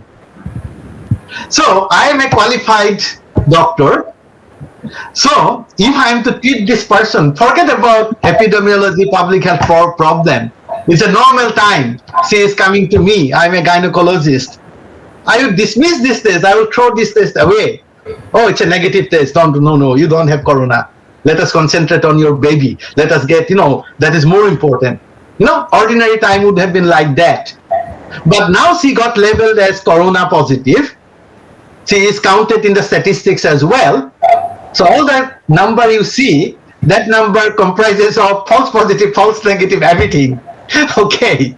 So then her story is, I don't want to elaborate. I mean, she got put in a COVID ward, care got compromised. Baby was delivered. Baby caught neonatal infection. Then they decided to take the patient out to a private nursing home. And altogether, I think this guy spent about 3 lakhs rupees, just for nothing. So what I'm telling you here, there's any laboratory test need to pass this to standard. I am putting abbreviation. You don't need to be too worried about what this stands for. But basically, they have to pass real life scrutiny. But none of the COVID test has passed any real life scrutiny. Yeah, okay.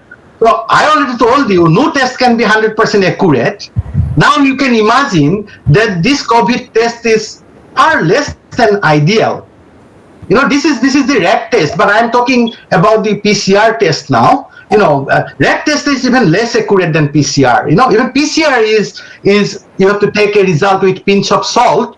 Given the situation, there are situations when I will take the result with a pinch of salt, and when I will take absolute confidence in the result. There are situation changes. Yeah, I'm coming to that. So, on top of that, there are two fundamental points we need to ask ourselves. Do the people who are tested have better outcome than who are not tested? So if I don't do any COVID test, would more people die? We don't know that. We can't answer that test. We haven't done an experiment. But to me, performing COVID test doesn't make any difference. We have seen in the UK, there is no correlation with doing number of tests and outcome. There is no link. Yeah, if we did more tests, did that help us? Because I do not see any correlation in the world, a country doing more tests and being able to control it, being able to save more life, and a poor country not being able to do anything, and they are suddenly having more death and more infection. So what is the purpose of the test? It is to improve clinical outcome and also to prevent transmission, because we are employing the test from a public health perspective.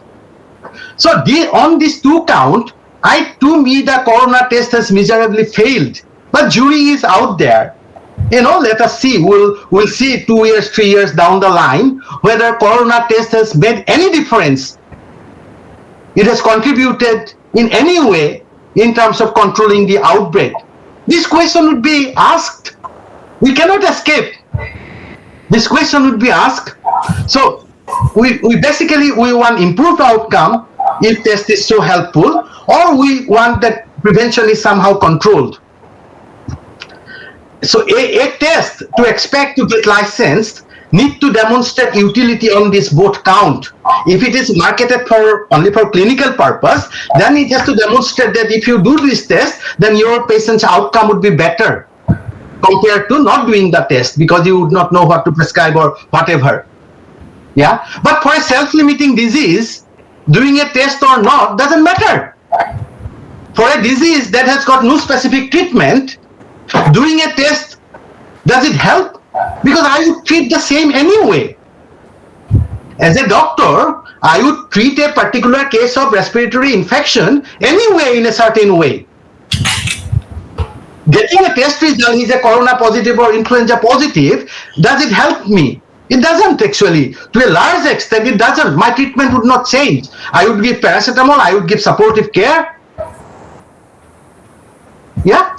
Similarly, for a test that has been marketed for controlling an epidemic, they have to demonstrate that in this cluster we did the test, so the epidemic got controlled quicker than the other cluster where we didn't do any test.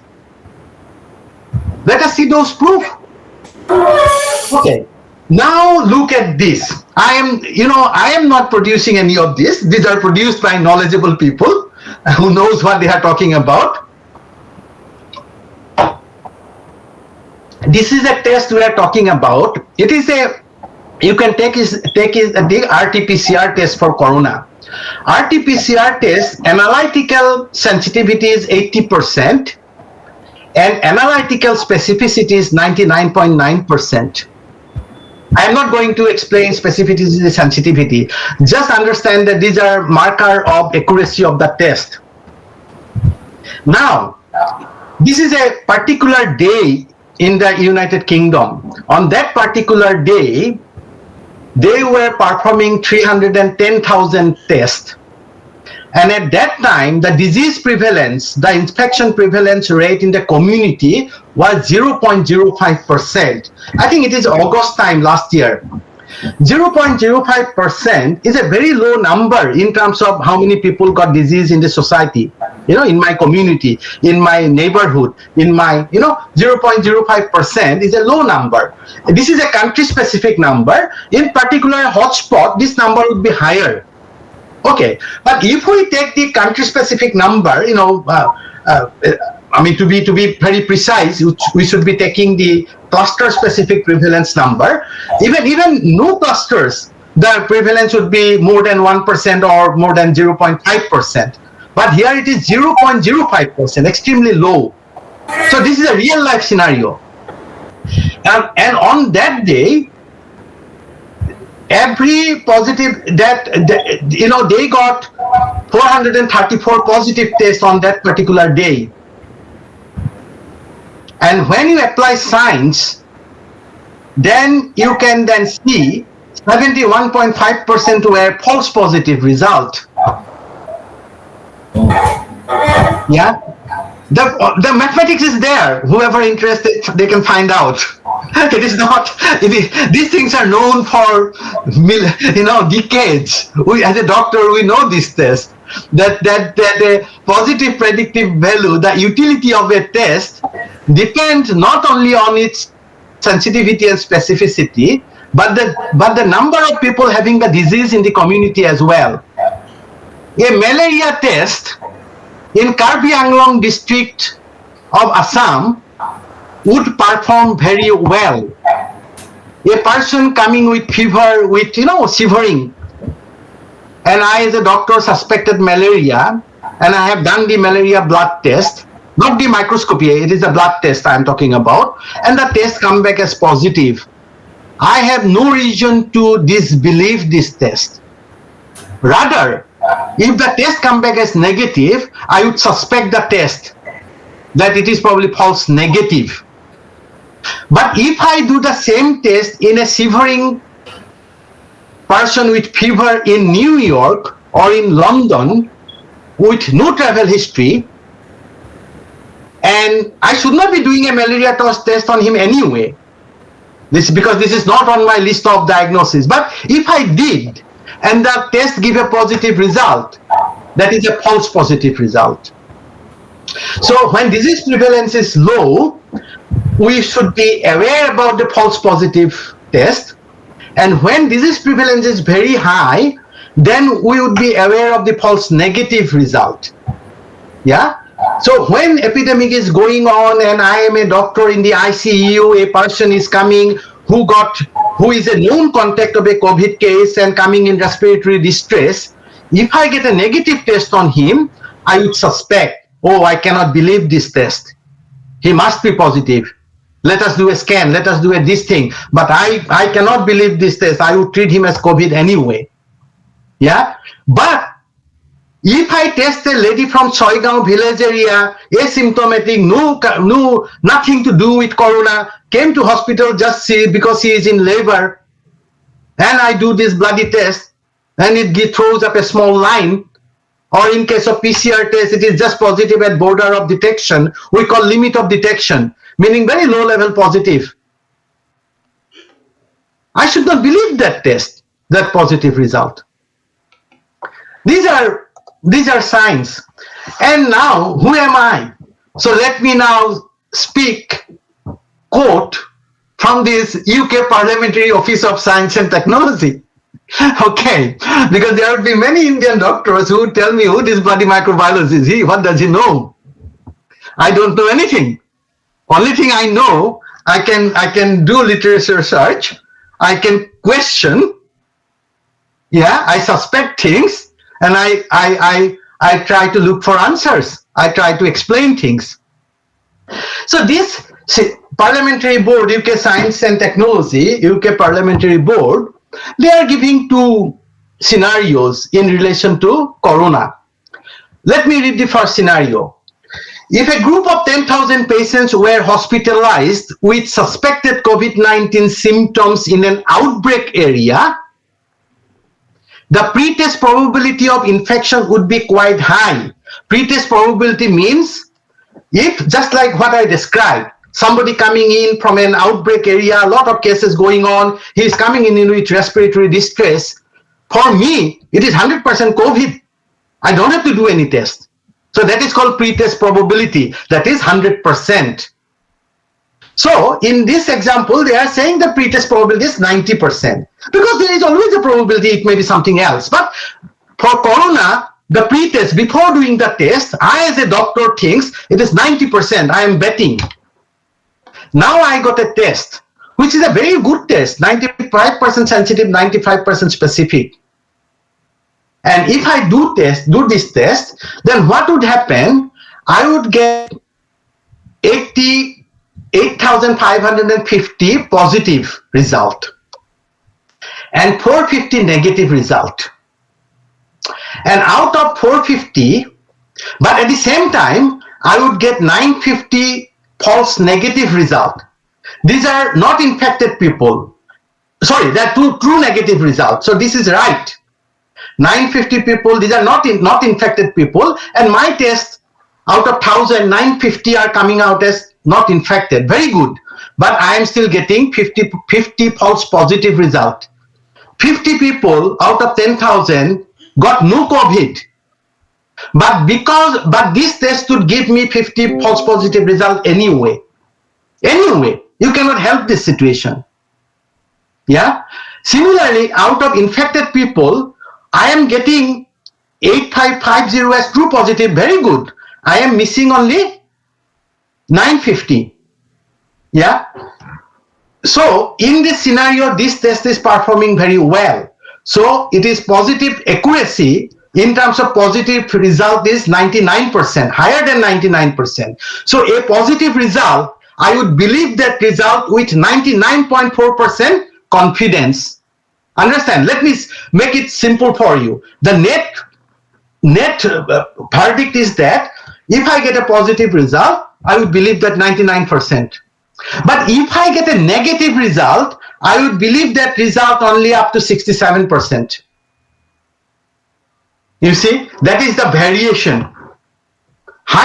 When pre-test probability is very high, a positive result is more reliable than a negative result. Now the parliamentary board has reversed the scenario, and let me read this one. The same test would give significantly inaccurate result if the test was applied in an area where only 5 out of 100 people have COVID-19. So pre-test probability is only 5%. So here it was 95%. Now pre-test probability has come down to 5%. And now you do that test. What happens? It becomes a toss of a coin. The positive result, I can only believe 50%. Yeah.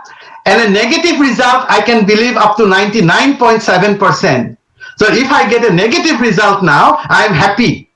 I will rubber stamp it. Oh, you don't have COVID, go away, you know. But if I get a positive result, it is toss of a coin. Just like my lady, you know, that lady, pregnant lady, her result, that result was technically wrong, negative anyway. But even if that result was a good positive, I am still in the domain of tossing a coin. You see, things are not written in the stone.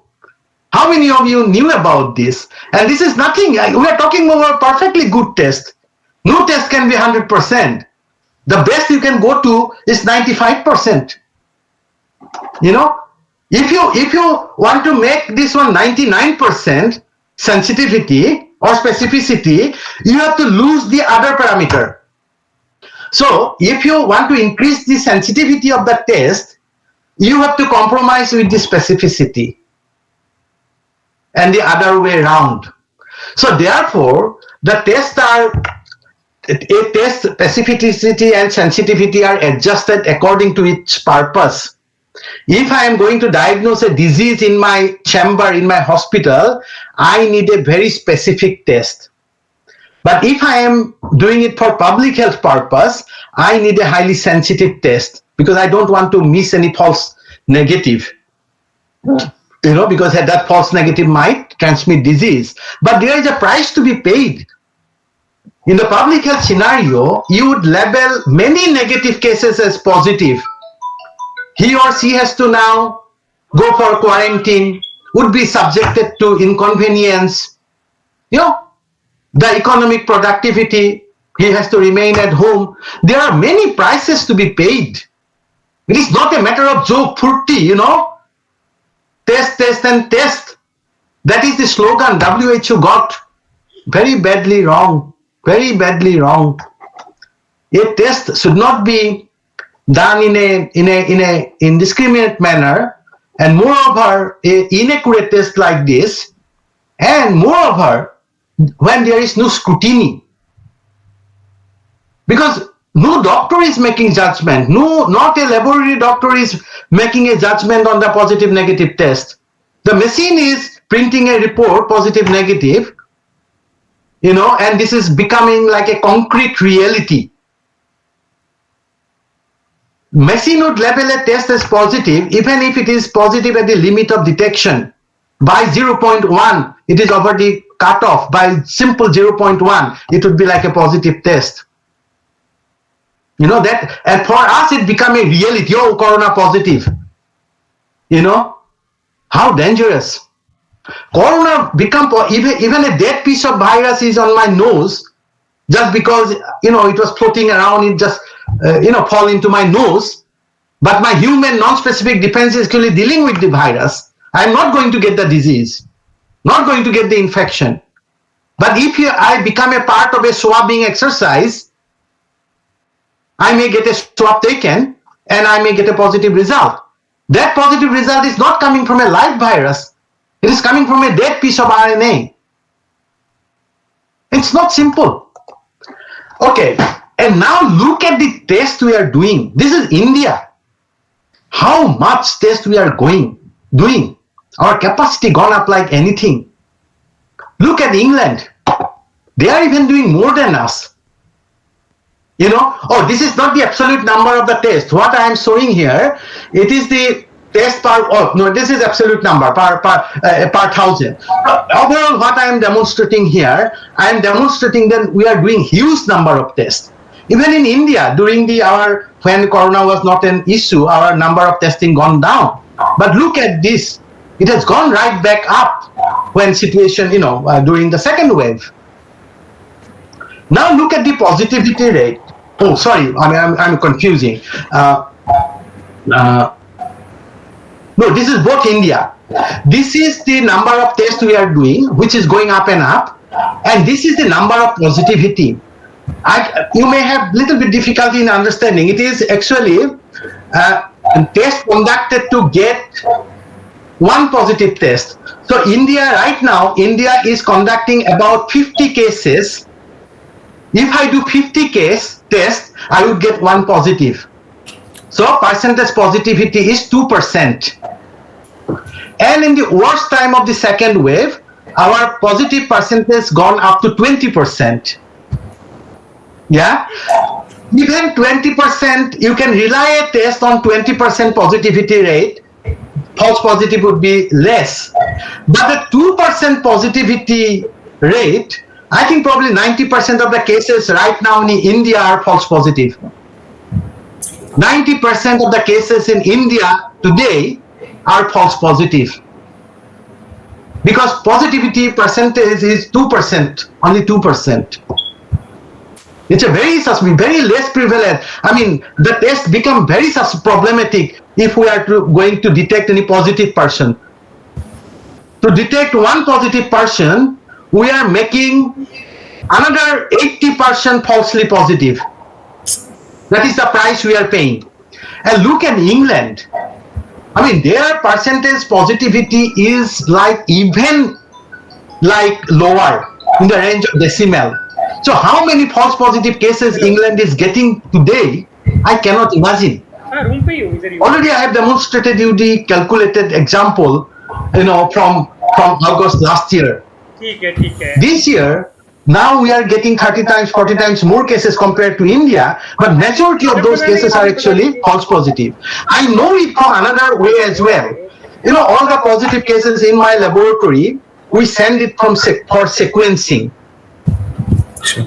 And many, about 50% of the report coming back as unable to sequence. Because there is no complete virus in the sample. These are the fragment, these are the contamination of viral RNA. So that is why reference lab were unable to sequence the full genome of the virus. I have to find out how many. I think probably about 50-60% of the reports coming back as unable to sequence. You see, and I'm talking about a hospital lab. Hospital lab, our positivity should be more reliable because we are dealing with patient. But a community laboratory who deals only with asymptomatic patient, I mean, I cannot imagine how many false positive they are manufacturing. And these are all going to come out. In England, people can submit freedom of information request. Only other day I have been asked by a freedom of information request that what is the cutoff of your PCR test? Very important question. If I am issuing a lot of positive results at the borderline level, those are unreliable reports. So these are all these are part of scientific research, and we will know in 3-4 years time what stupidity we have done, this time round. Okay, this is another example. There is a calculator actually in the web. A doctor can easily find out how reliable is the test result. So this is the pretest probability. A doctor always knows what is pretest probability. If today my mom get a bit of cough and go to my colleague, a good doctor, he would say, oh, my probably he would call my ma as well. Oh, ma, don't worry. There is a possibility you might have COVID, but that is only 10%.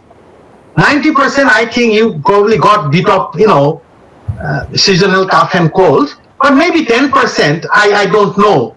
You may have COVID. 5%, okay. I think you got 5% chances of COVID. It is such a serious disease, let us do the test. Okay, he performed the test.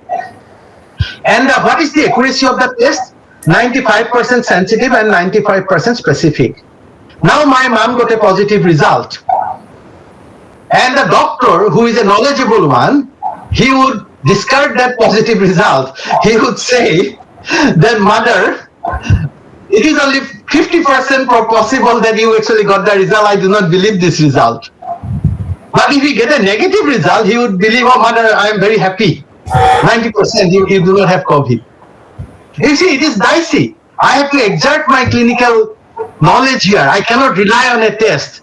But if my pretest probability was 90%, because my brother already got a known COVID disease, and my mother has been in contact with him in the same house. And now my mother got, shortness of breath, temperature, cough. Then my pretest probability is 90%. And if I put 90% in the calculator, it would tell me that if you get a positive result, I would believe that result absolutely. Rather, I would not believe if I get a negative result. You see, such are the things. Okay, now this is important. We have done with the science. Now let us do a bit of with the sociology. You heard about placebo effect. When I give you a medicine, I tell you, oh, this is very good medicine, I brought from America. There are a lot of simple people in our place. Every time I go, I am asked for this medicine, that medicine. If I give a medicine to a very simple person, then this medicine just got, marketed in the United Kingdom, you don't get it anywhere. I somehow got it for you. And if you take this drug, this particular disease would disappear. Actually, this is not a drug at all. It is just a sugar tablet. He would take it for 7 days. He would come back, obliged. Oh, Dada, what you have given me, it has done me a wonder. So that is placebo effect.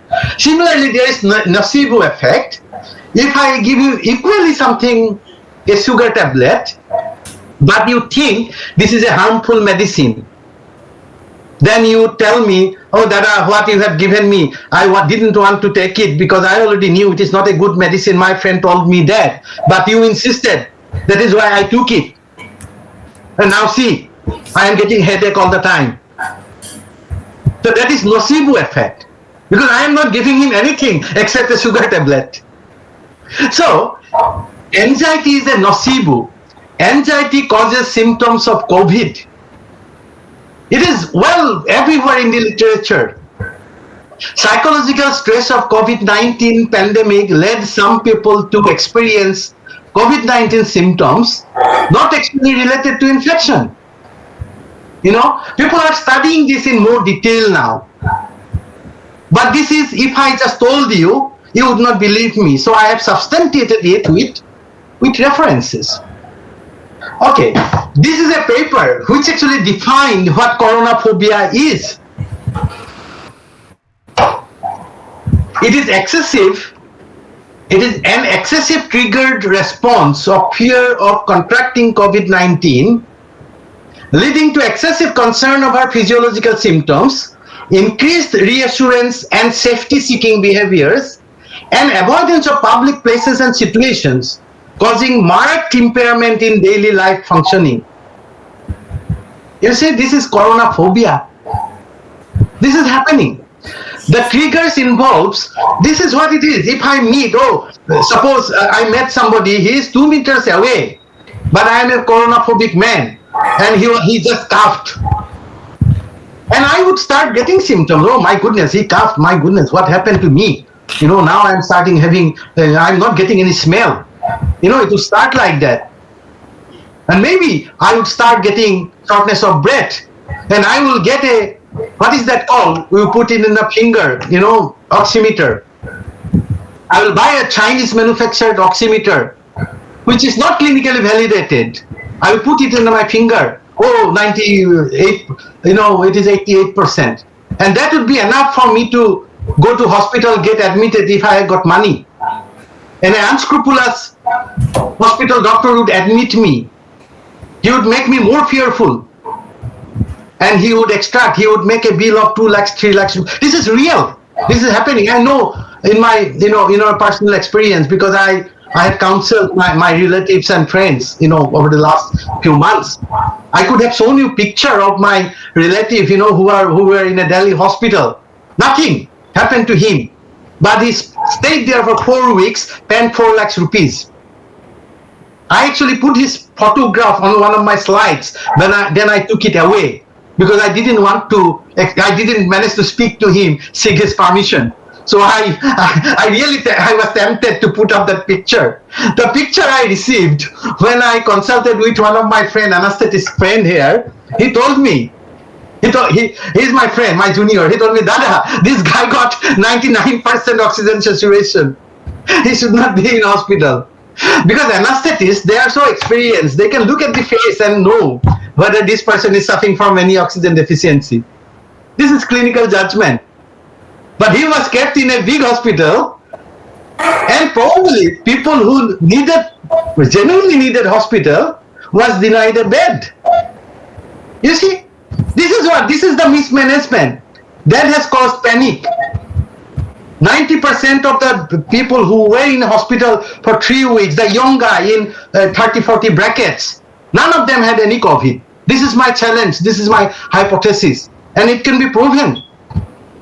They all need to simply do an antibody test. And I bet their antibody would come back as negative. Antibody negative means there is no evidence of infection, past infection. But where in India, who is doing this kind of studies? Who is doing? They are busy predicting 3rd wave, 4th wave, 5th wave. Yeah? So constant worry can cause symptoms such as palpitation, tremors, difficulty in breathing, dizziness, change in appetite and sleep. These are latest research. So this is the mechanism. Excessive concern about physiological symptoms, the physiological. First you got the phobia. This is particular neurotic disposition. We all human beings are different. I am a neurotic to some extent. You are also. Some people are more, some people are less. But sometimes, bombardment of all the misinformation, all the news, maybe I am in a weak frame of mind, I may catch this coronaphobia. And that would give rise to physiological symptoms. This would give rise to cognitive symptoms like stress, fear about occupational loss of job, fear, sadness, guilt, and behavioral sense. Like you would be maintaining distance, you would be wearing mask all the time, even when you are inside your house, you will be washing your hands. Your life would be crippled, essentially. And this is what happens. What are the external risks? Uncertainty, unforeseen reality. We human beings always we like some kind of certainty. Even if it is a bad certainty, we want to know, that prices are going to rise. But whether prices are going to rise or fall, I don't know, it may go either way. That is very disturbing to us. So unforeseen reality, uncertainties, unending uncertainties, acquiring new practice and avoidance behavior. We are now told, wear your mask, wash your hand. These are new behavior we have been ordered to acquire. To acquire a new behavior, it takes 40 to 60 days, which you are trying to do in no time. So that is putting us on stress. Loss of faith in health infrastructure. Oh, what would happen? Already during first wave round, we have been told there would be like ventilator people who die on the street, this thing, that thing. Never happened during first wave. Second wave, it happened to certain extent because of panic, trigger, this panic and mismanagement and people demanding facility when actually these were not required. Because nowhere in the world there were oxygen shortage.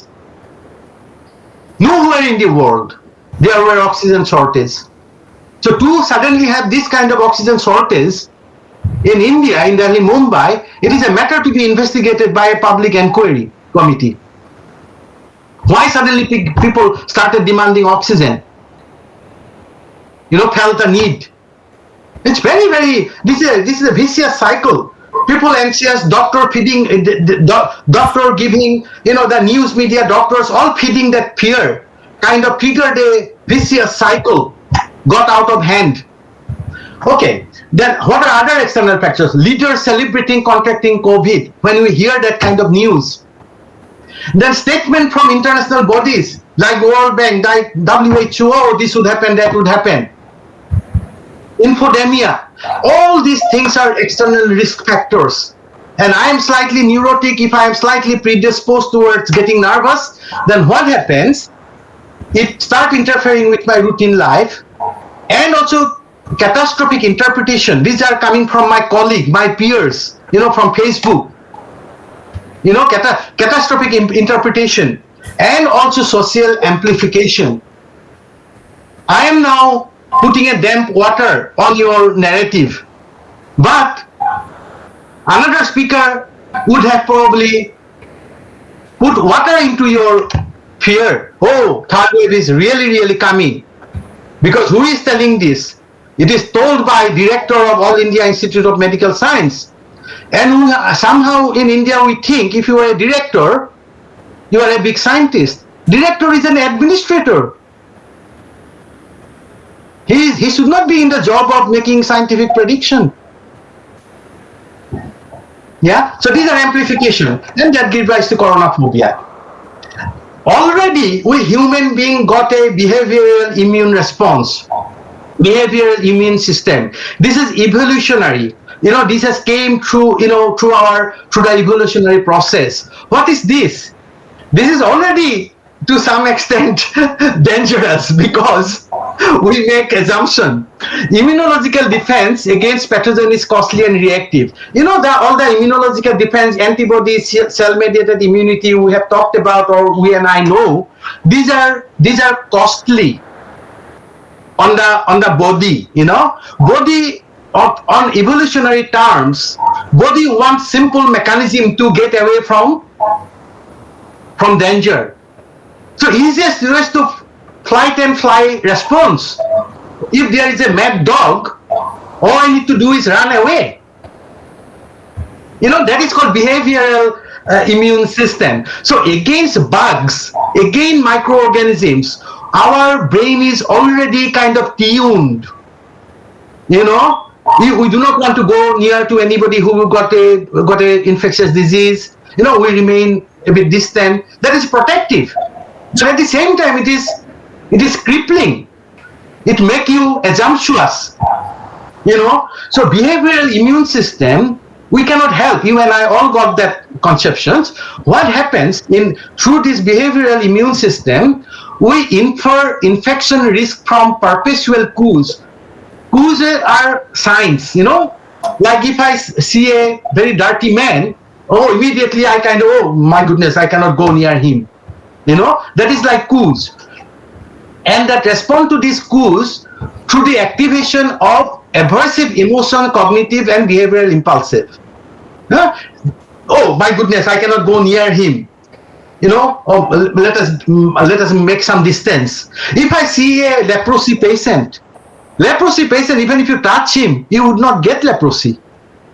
Leprosy is transmitted by respiratory route. All the leprosy patients we see on the street, they are not infectious. Their body is mutilated because their peripheral nerves are damaged. They cannot feel, so body get mutilated, but they are not. But we take 100 miles. We keep 100 miles away from those people, don't we? That is immune behavioral response. These processes are engaged flexibly, producing context. So we do not apply the judgment all the time. We apply some kind of judgment, but these are misjudgments usually. Very kind of judgmental type of thing. These processes have important implication for human social cognition and social behavior, including implication for social gregariousness, personal perception, intergroup prejudice, mate preferences, sexual behavior and conformity. So it kind of affect us as a human being. We don't know, but these kind of subconscious processes shape us without us knowing. We need to know our weaknesses and strength. So this fear is changing our psychology.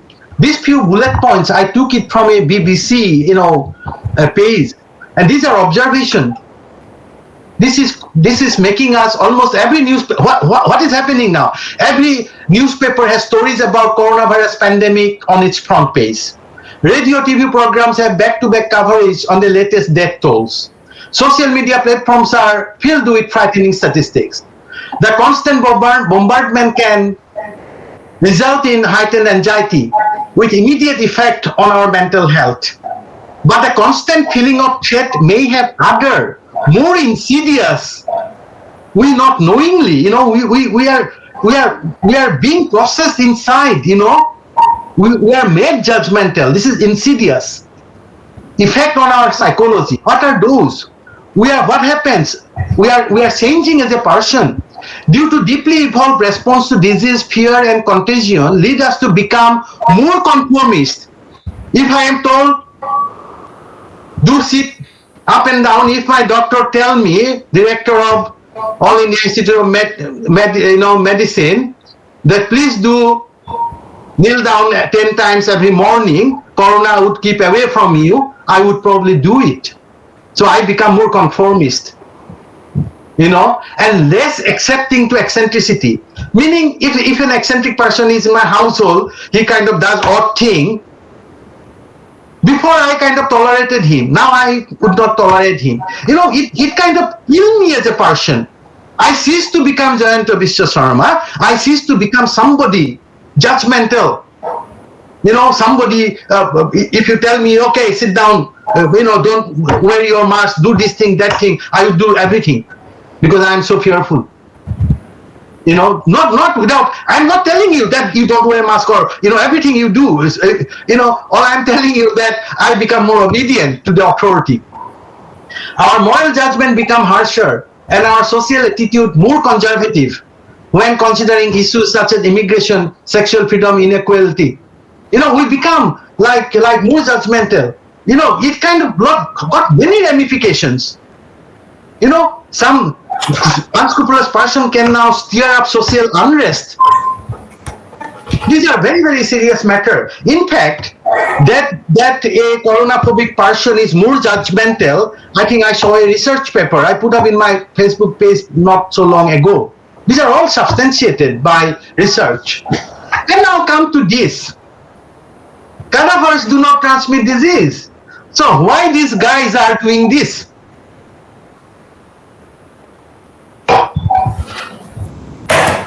Why?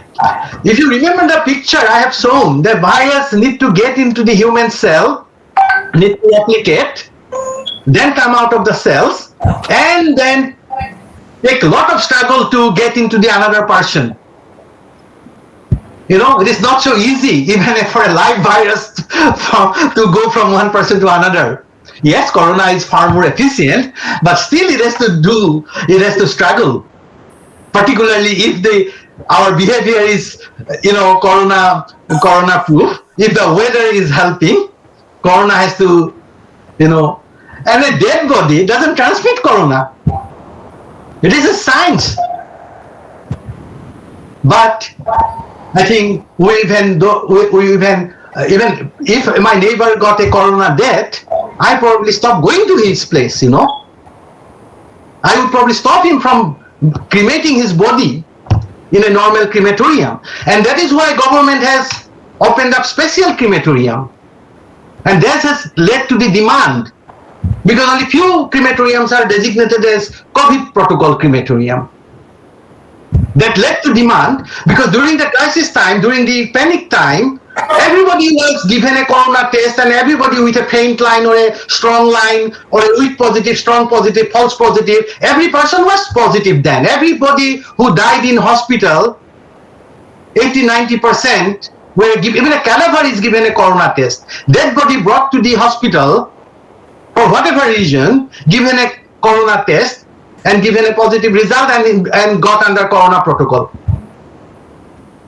So it is no wonder that the crematoriums were busy and people took drone picture, and CNN and BBC, they were kind of spreading, doomsday scenario that India is now, my goodness, what is not happening in India. If there was no panic, if we knew that cadaver do not transmit disease, then the bodies would have been cremated in a normal manner and there would not have been any crisis. Because there are many more crematoriums in a big city like Delhi. But if you make only 5 or 8 crematorium corona specific, and no other body can, go there, everybody else has to go somewhere else, but if you evenly distributed in a normal time, the bodies would have been evenly distributed. In Guwahati, I know there are 7-8 crematoriums, but only 2 were made for COVID, COVID protocol crematorium. And during those 4, 5, 6 days, more people are dying with a positive result. Dying of corona and dying with a positive result because you swabbed him is 2 different things. You see? And who am I from a newspaper to put up a picture like this and giving my judgment as a virologist? Who am I? I am nobody. I would not dare to put up a picture and criticize corona COVID protocol, but I can because WHO has said this. This is WHO's protocol. Family and friends may view the body after it has been prepared for burial in accordance with customs. They should not touch or kiss the body. Nobody would do that anyway. But even if you kind of otherwise would have done, don't do that. And should wash hand thoroughly with soap and water after viewing. Those tasked with placing the body in the grave or on the funeral pyre should wear gloves and wash hands with soap and water, which they do all the time. After removal of the gloves, once the burial is complete. So why we are making these poor people in 40-degree temperature, 40 degrees centigrade or Fahrenheit, whatever, wear plastics from head to toe? Why on earth we are doing this? And this is WHO. I have taken directly from WHO protocol. WHO was unequivocal in saying that cadaver doesn't transmit disease. And this is some statistics. It is not complete. I'm yet to, this is a fertile area of research actually. What happened during those few days? Why foreign media or domestic media kind of got into that kind of gear, that bodies are being burned, this thing, that thing, Only there were 8 COVID designated sites on April 22nd. And out of those, three operators COVID exclusive facilities, so no other body can go there. And in other 5, probably other body would not go anyway. So they were all going to anywhere, other places within the Greater Delhi. But capacity was kind of increased. But now look, after April, May, within a month, only 15% of this new COVID capacity is under utilization. If we did nothing, if we had treated COVID death as an ordinary death, there would not have been a drama like this. Because under COVID protocol, it would take considerably longer to create a body as well. That is also creating artificial, demand. Then come to this steroid business. This black fungus business. WHO strongly recommends that corticosteroid be given orally or intravenously for the treatment of patients with severe and critical COVID, not to everybody. And who advises against the use of corticosteroid in the treatment of patients with non-severe COVID-19. Very clear guidance. Who said that there is no use of remdesivir?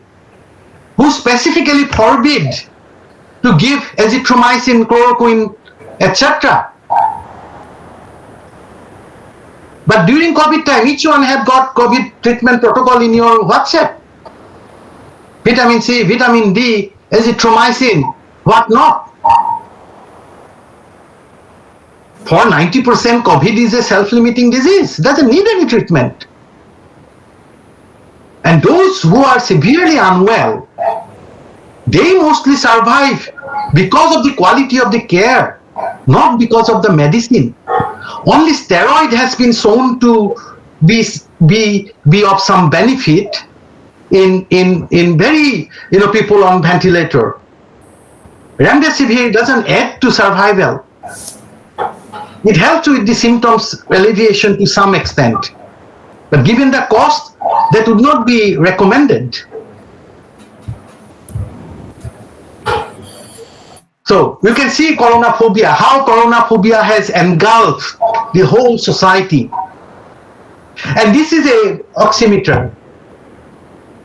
Let me tell you, even a FDA cleared pulse oximeter, Food and Drug Administration, the regulatory body in the USA, if they have approved a pulse oximeter, meaning that oximeter brand has gone through clinical validation, even that pulse oximeter would not be 100% reliable. If that oximeter read 90%, the actual result would have been anything between 86 to 94%. So even a person with 94% may get a reading of 90%, and a person with 86% oxygen may be falsely given a reading of 90%. So these are not toys to play with. And I'm talking about a clinically validated pulse oximeter. And also, accuracy is highest between 90 to 100%. Anything below 90 to 100%, if you get a intermediate, the accuracy starts going down as well. And this is the findings from a research paper done before COVID time. Many low-cost pulse oximeter sold to consumer demonstrate highly inaccurate readings. Yeah. So these are things to be borne in mind. And also FDA tells you another thing, that if you are using a reliable, clinically validated oximeter, even with those kind of oximeter, don't rely on single reading. You need to rely on the trend. If it is gradually coming down over a period of hours or days. Right now 98%, next moment it is 90%, next moment it is 87%, again it has gone to 94% after 15 minutes. These are not reliable results. These are panic driving the person, making him sort of breath according to his mental state. Anyway, yes, Chinese-made oximeter is not a tool that can be given any credence to.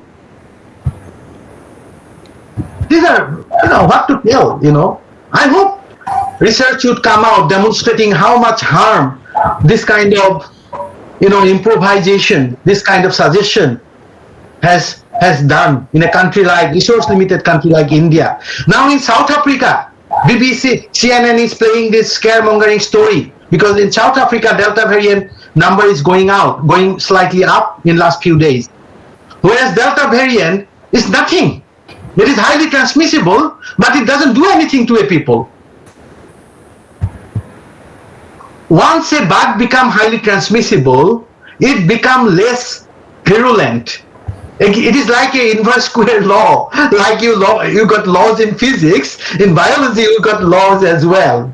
A pathogen that is highly transmissible cannot be highly pathogenic, and vice versa. Very interesting. Okay, this is about post-COVID. Again, you see, after 2 weeks, you do not recover live virus from the body. If you had genuine COVID, by the end of the week, virus is taken care of. It is removed from the body. Some dead RNA, component of the virus may persist, may give a false positive result, but no viable isolation is possible after 2 weeks. If I culture, then nothing would grow. Remember, PCR test is not a culture test. It is looking for dead component, part of RNA of the virus. Very small part. Yeah. So, but still people are reporting, getting different symptoms. But this is not yet a clinical entity as well. It may be because of various things actually. It could be fatigue, decline in quality of life, muscular weakness, joint pain. That is kind of like fatigue, which can occur after any serious viral infection. There is something called post-viral fatigue. So people experiencing long-term complication could be simple post-viral fatigue. You get dyspnea, cough. These looks like quite neurotic. You are getting a lot of mental health problems. Post-traumatic stress disorder. We know people who are put through a stress situation like this on ICU, whether you have COVID or not. If you are kept in ICU for 3 weeks, you are bound to have post-traumatic stress disorder. Out of 180 would have that. So basically what I am trying to say, we do not know yet whether it would make a disease entity. So long COVID or post-COVID is a term right now is widely used on social media, but it's not a well-defined term and not a clinical diagnosis. Not as yet. It might. I don't know. I cannot prejudge. And what you usually get, fatigue, myalgia, anxiety, low mood, this kind of non-specific things. And what we are seeing, there is a big survey recently came out in the UK. Estimated 1 in 5 testing positive for COVID-19 exhibit symptoms or that's beyond 5 weeks. 1 in 5. And 1 in 10 exhibiting symptoms beyond 12 weeks, that is beyond 3 months.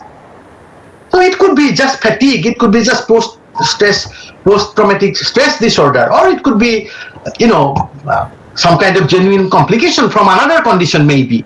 So researchers are on the task trying to figure out, or maybe due to a number of different syndromes. There is another condition called post-intensive care syndrome. If you are in ICU for a long time, for whatever reason, you take long time to recover. To become your normal self, it takes months and years. Then post-viral fatigue syndrome is known. After influenza, you might get that. And there may be genuinely some long-term COVID syndrome, but research is going on. We don't know yet. Some people may be suffering with more than one syndrome at a time. But people are reporting, no denying. Okay, let us see. This talk is supposed to be COVID in perspective.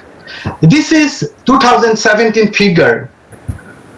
So far, in 2 years, because we are given to calculate the numbers, not denominator, not within how many years. Now 4 million people died of COVID. That's a big number. But that is in 2 years.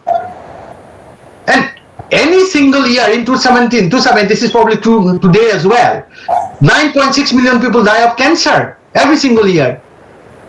And lower respiratory tract infection, which should cover influenza and everything else, every year 2.56 million people die, and we are cool about it. We are cool about it. It doesn't give us any anxiety. Okay. And this is tuberculosis. This is a disease. After 90 years of vaccination program, 60 years of available drug treatment, TB is killing 1.8 million people every year. Every year. For how many years? I lost count. 2 million every year it is killing. And we are getting how many new cases? 10 million new cases. So mortality is good, infection fatality is 2%, which is COVID IFR is actually lower than that. 1/3 of these new cases remain unknown, and many of these cases we actually don't know. They goes on silently spreading the disease. And would you believe 40% of Indian, that is 50 crores of Indian population have TB. You don't need to believe me if you don't want to, but these are lifted from WHO, document. I mean, these 50 crores people, they don't have active TB, what we call latent TB. But if I start giving steroid right and left, then many of these latent TB would resurface. It would become clinical TB. So out of those people who are getting black fungus, I am betting now, I am making a scientific prediction that many of them would have TB reactivation as well. It is for the Indian doctors, researcher to find it out, to observe. Doctors the scientists need to observe, explain, do research to explain. They should not be in the game of or business of making prediction in media. Maternal mortality. Look at India color. This is the best place. America, Canada, the best place. Look at India's color. Same as many of the African countries. But we don't care. We don't care. Look at child mortality. So we are again, this is the best performing countries. Look at our color.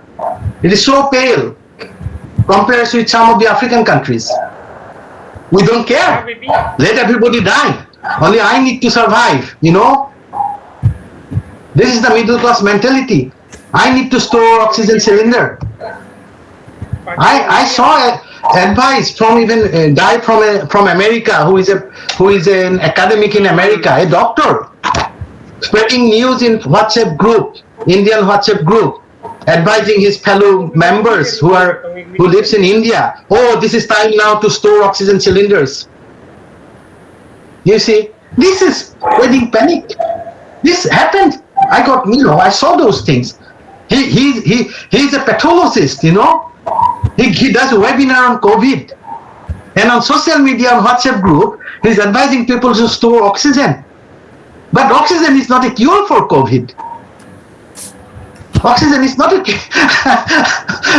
let me not go into those territory. This is global health, the child, in 1990, this many people died, child death was like this big square.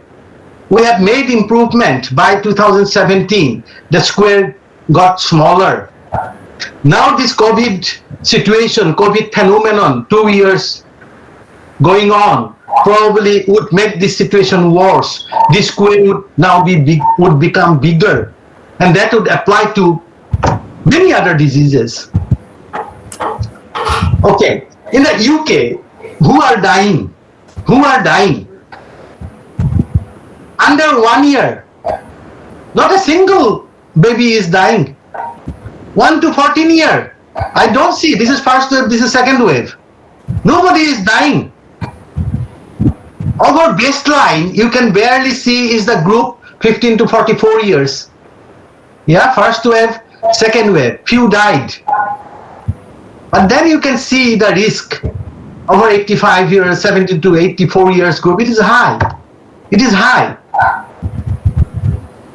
But why then I will buy if director of AIMS say that, my bhatija is going to die from COVID? Now I am supposed to stop him going out to play football? This is Delta virus. This wave, it is Delta virus.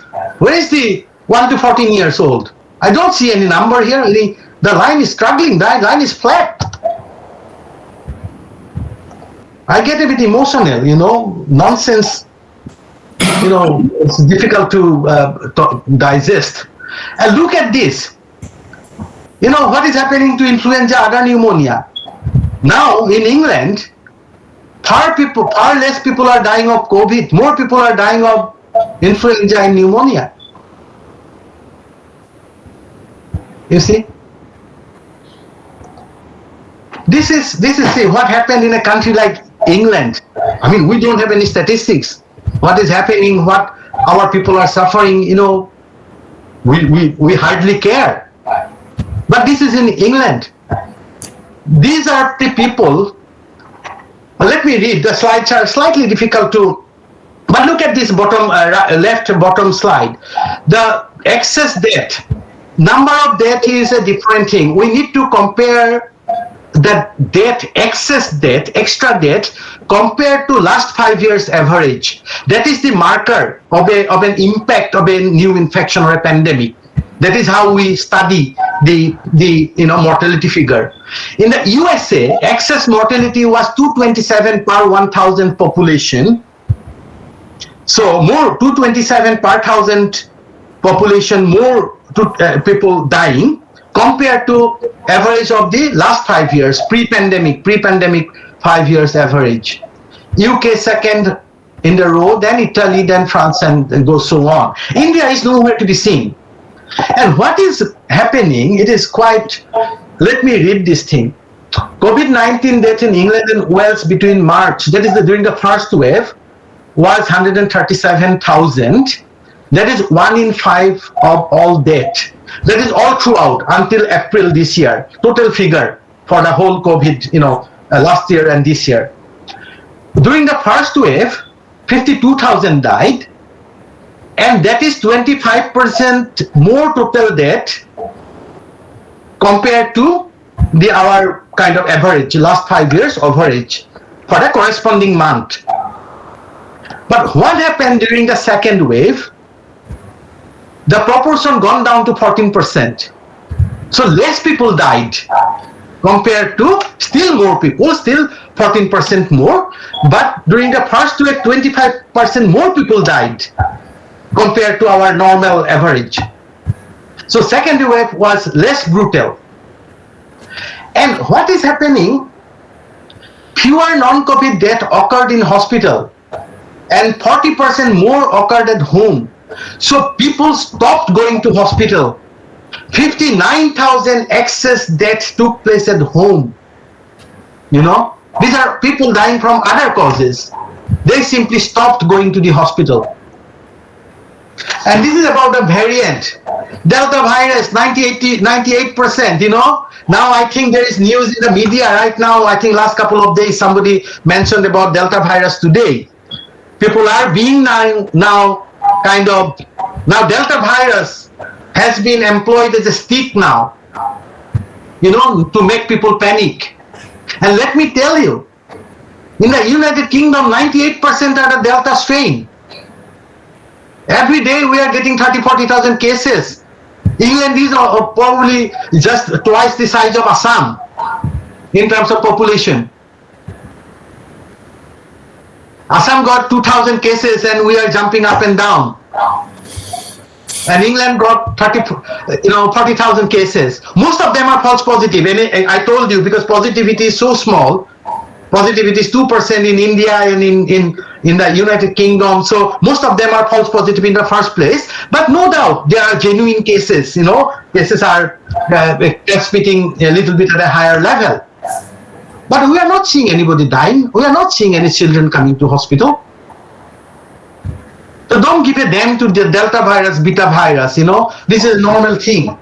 Virus always mutates. If you go hunting for it, you will find thousands and thousands of mutations. And why a virus becomes successful? It is Darwinian evolution. If you put selection pressure, then the most efficient one survive and propagate. So trick is therefore not to put pressure. If we can afford, we cannot afford sometimes because if we do not put pressure, the number of cases would rise, our hospital system would be crippled. But if we can afford, right now we can afford. We have observed that Delta virus doesn't cause serious disease. So we can actually allow the infection to go at its own will. That way, we would not be selecting out another dangerous mutant. If we put pressure on the Delta virus, tomorrow Delta 1 virus would come out of it. That would be more dangerous, more spreadable. I do not call dangerous because if they become more spreadable, they actually become more dangerous. That is the law I have referred to before. So this is from CDC, Center of Disease Control, figure I have pulled out. Only purpose is to reassure you that this is a mild disease in younger people. This is the reference group. 18 to 29 was considered as a reference group because they had the most infection. This is the group that we have detected maximum infection within this group. This is the reference group, so they are doing well. So compared to this group, 0 to 4 and 5 to 17 years, they got even less risk. Only the higher people in the higher age brackets got slightly more risk. In terms of hospitalization, 85, if you are 85 plus, 15 times more risk, and your risk of death is very high if you are elderly. But let me tell you in no uncertain terms, COVID is not a disease of 0 to 17 years old population. Few of them might get infected, but it's not a big deal. So I do not go into infection fatality rate and so on, but all I am telling you that COVID's infection fatality rate is higher than influenza, but not twice. It is a new disease. People got no immunity. There has been mismanagement. It has been chaotic. So it is understandable. I can tell you down the line, 3, 4, 5 years down the line, when we would calculate the true IFR of COVID, I think it would be at par with influenza, not more than that. But this is a hypothesis, this is a speculation on my part at the moment. Let us see. Let us keep an open mind. And look at this. Now let me contrast this with Indian situation.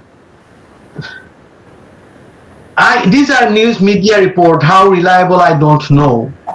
But compared to, this is a reference month are April to June. In 2019, in New Delhi, 27,000 people died. That is pre-COVID. 2020, 21,500 people died. Actually, less people died. There is no excess death. Unlike England, America, Italy, Japan, there is no excess death, at least in New Delhi. And the reason was attributed to less death in terms of road traffic accident because there were lockdown. But for me, the good news is that less people died. Now, 2021, more people died, 58,000, almost 59,000. But when I kind of calculated the figure from this busy slide, I found that of these, only 13,900, about 14,000 died of COVID. So non-COVID death is 44,800. So you see, this last 3-4 months, 2021 April to June, more people died of non-COVID region in national capital of India than COVID. This hasn't happened anywhere in the world. More people died of COVID because this is supposed to be COVID pandemic. But in our country, in our capital, more people died of non-COVID disease. So obviously, where these people were being cremated, because you are prioritizing COVID cremation by, so you can see what a sort of a chaos was created by our. I'm laughing, but it is not a laughing matter. 17,000, that is 66%. If I compare this figure to 2019, there were 66% more non-COVID deaths compared to 2019. Okay, I'm coming close to, what is, only 2 or 4 slides probably. What is this scientific prediction? Scientific prediction is based on a theory. And prediction can be deterministic or probabilistic. If it is come to when next solar eclipse would come, that would be a deterministic prediction because it is very specific. You can do some calculation. You can calculate, okay, 22nd of March 2022, there would be another, whatever. That is deterministic. But complex phenomenon like COVID, how much COVID would be next year, as you can now see, COVID, the virus is only one factor. The organization of the society, people's behavior, different meteorological factors, all comes together to determine the number of cases of COVID. Such a complex phenomenon. So you cannot apply deterministic rule to apply COVID numbers. Even whether there will be a third wave or fourth wave. You apply probabilistic methodology, which we are not very good at. People are trying, this probabilistic methodology is getting kind of finer, getting refined every day, but it is not, we are not quite perfect as yet. So to predict phenomena belonging to complex system, which is influenced by numerous factors that cannot be completely accounted for, various scheme of probabilistic statistical prediction, prevision, and forecasting are used. It is highly specialized domain, highly complex, and it's a very imperfect as yet, but there is at least the recognition that complex phenomenon cannot be predicted the way we are doing mathematical modeling of COVID. No mathematical modeling has proven right for COVID because those are deterministic model. It's very complex. It's a very, you can get very philosophical as well. Very complex, very philosophical when you kind of think that. So in a way, therefore, although in my presentation I might appear to be blaming few persons, actually I am blaming nobody. It is a complex societal phenomenon. It is like a chain reaction, got out of hand, and simply you can't do anything about it. So I have resigned to the fact. Like few articles last year, I kind of tried to give advice. Now I do not give advice. I simply try to explain. because this social panic, there is a good term for it. That this is called a psychogenic illness. You know, when kind of it become a wider societal, psychological reaction, it gets out of hand. Okay, now this is probably my last slide. I may have 2 or 3 slides. I am questioning a third wave of coronavirus is inevitable simply because the Reuters, I don't know why Reuters started this, interview. They question few experts. The moment Reuters asked me, I become an expert anyway, even if I am a non-entity. If Reuters asks me a question, I become a self-proclaimed expert. So I'm pretty sure some of these experts are self-proclaimed experts. They become experts the moment Reuters put the question to them. But anyway, Reuters surveyed about, I don't know how many, they conducted a poll between June 3 to 17 of around 40 health experts responded.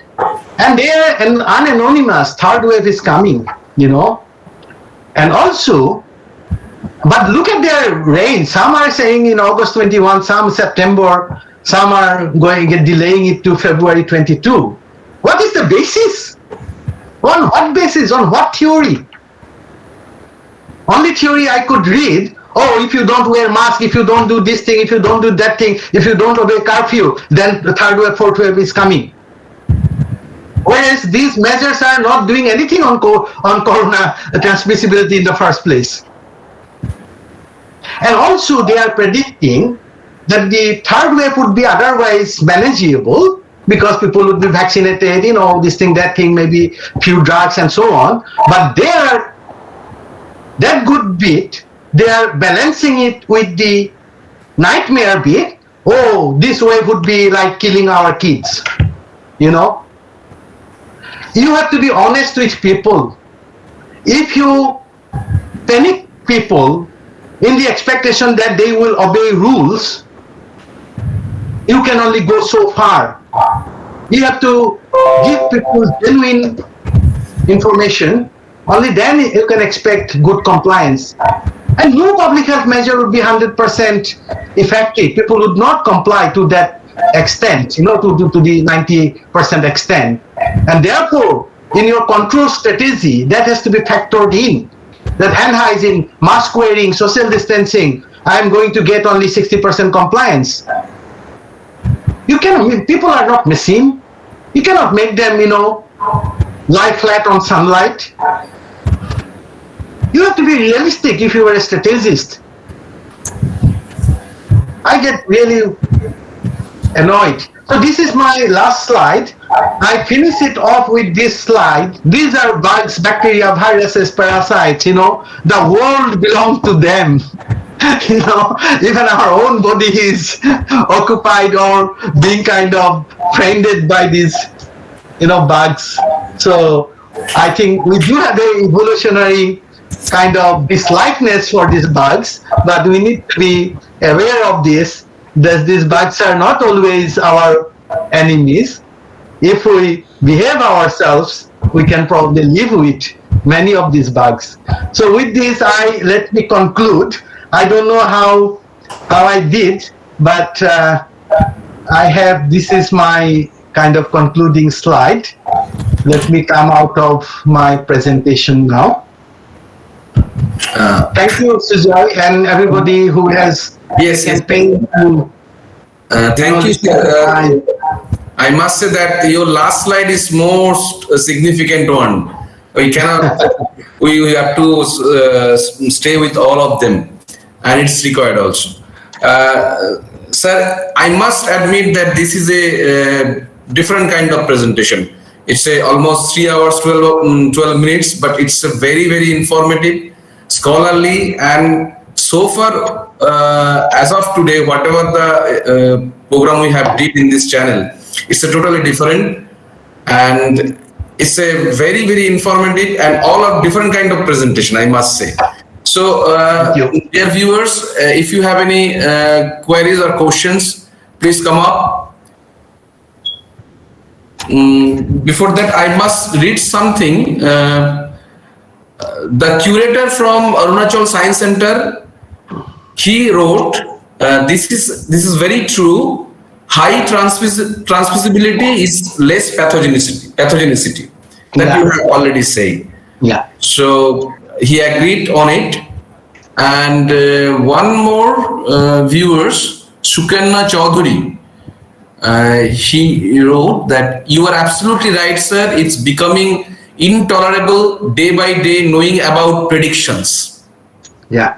What do you These are say? not predictions, these are guesswork. So don't get, convinced by these so-called predictions. These are absolute guesswork.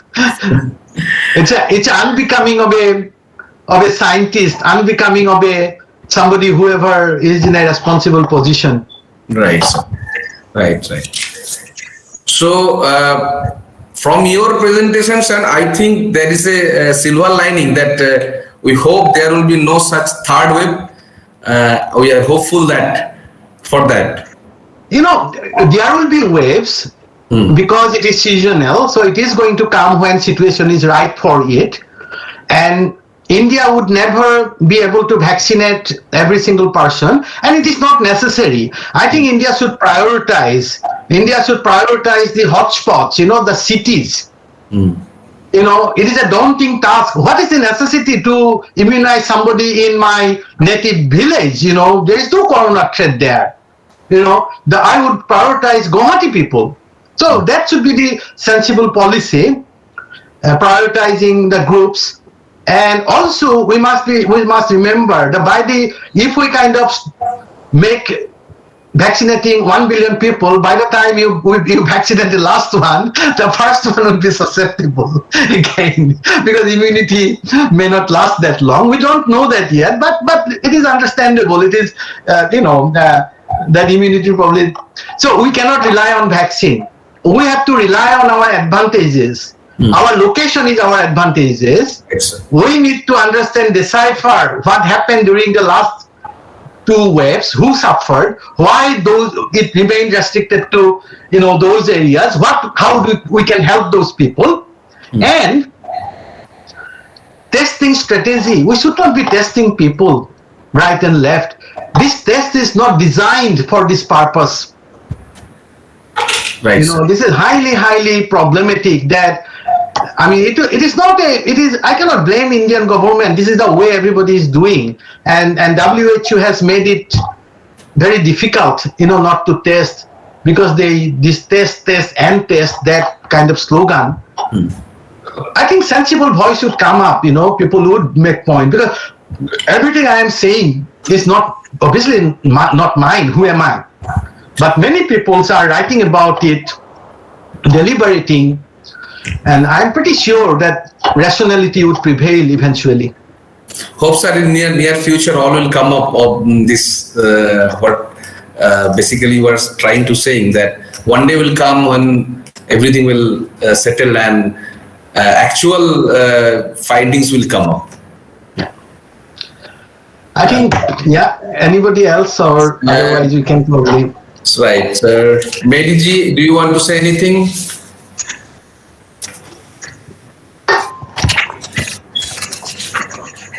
Well, sir, this is before concluding.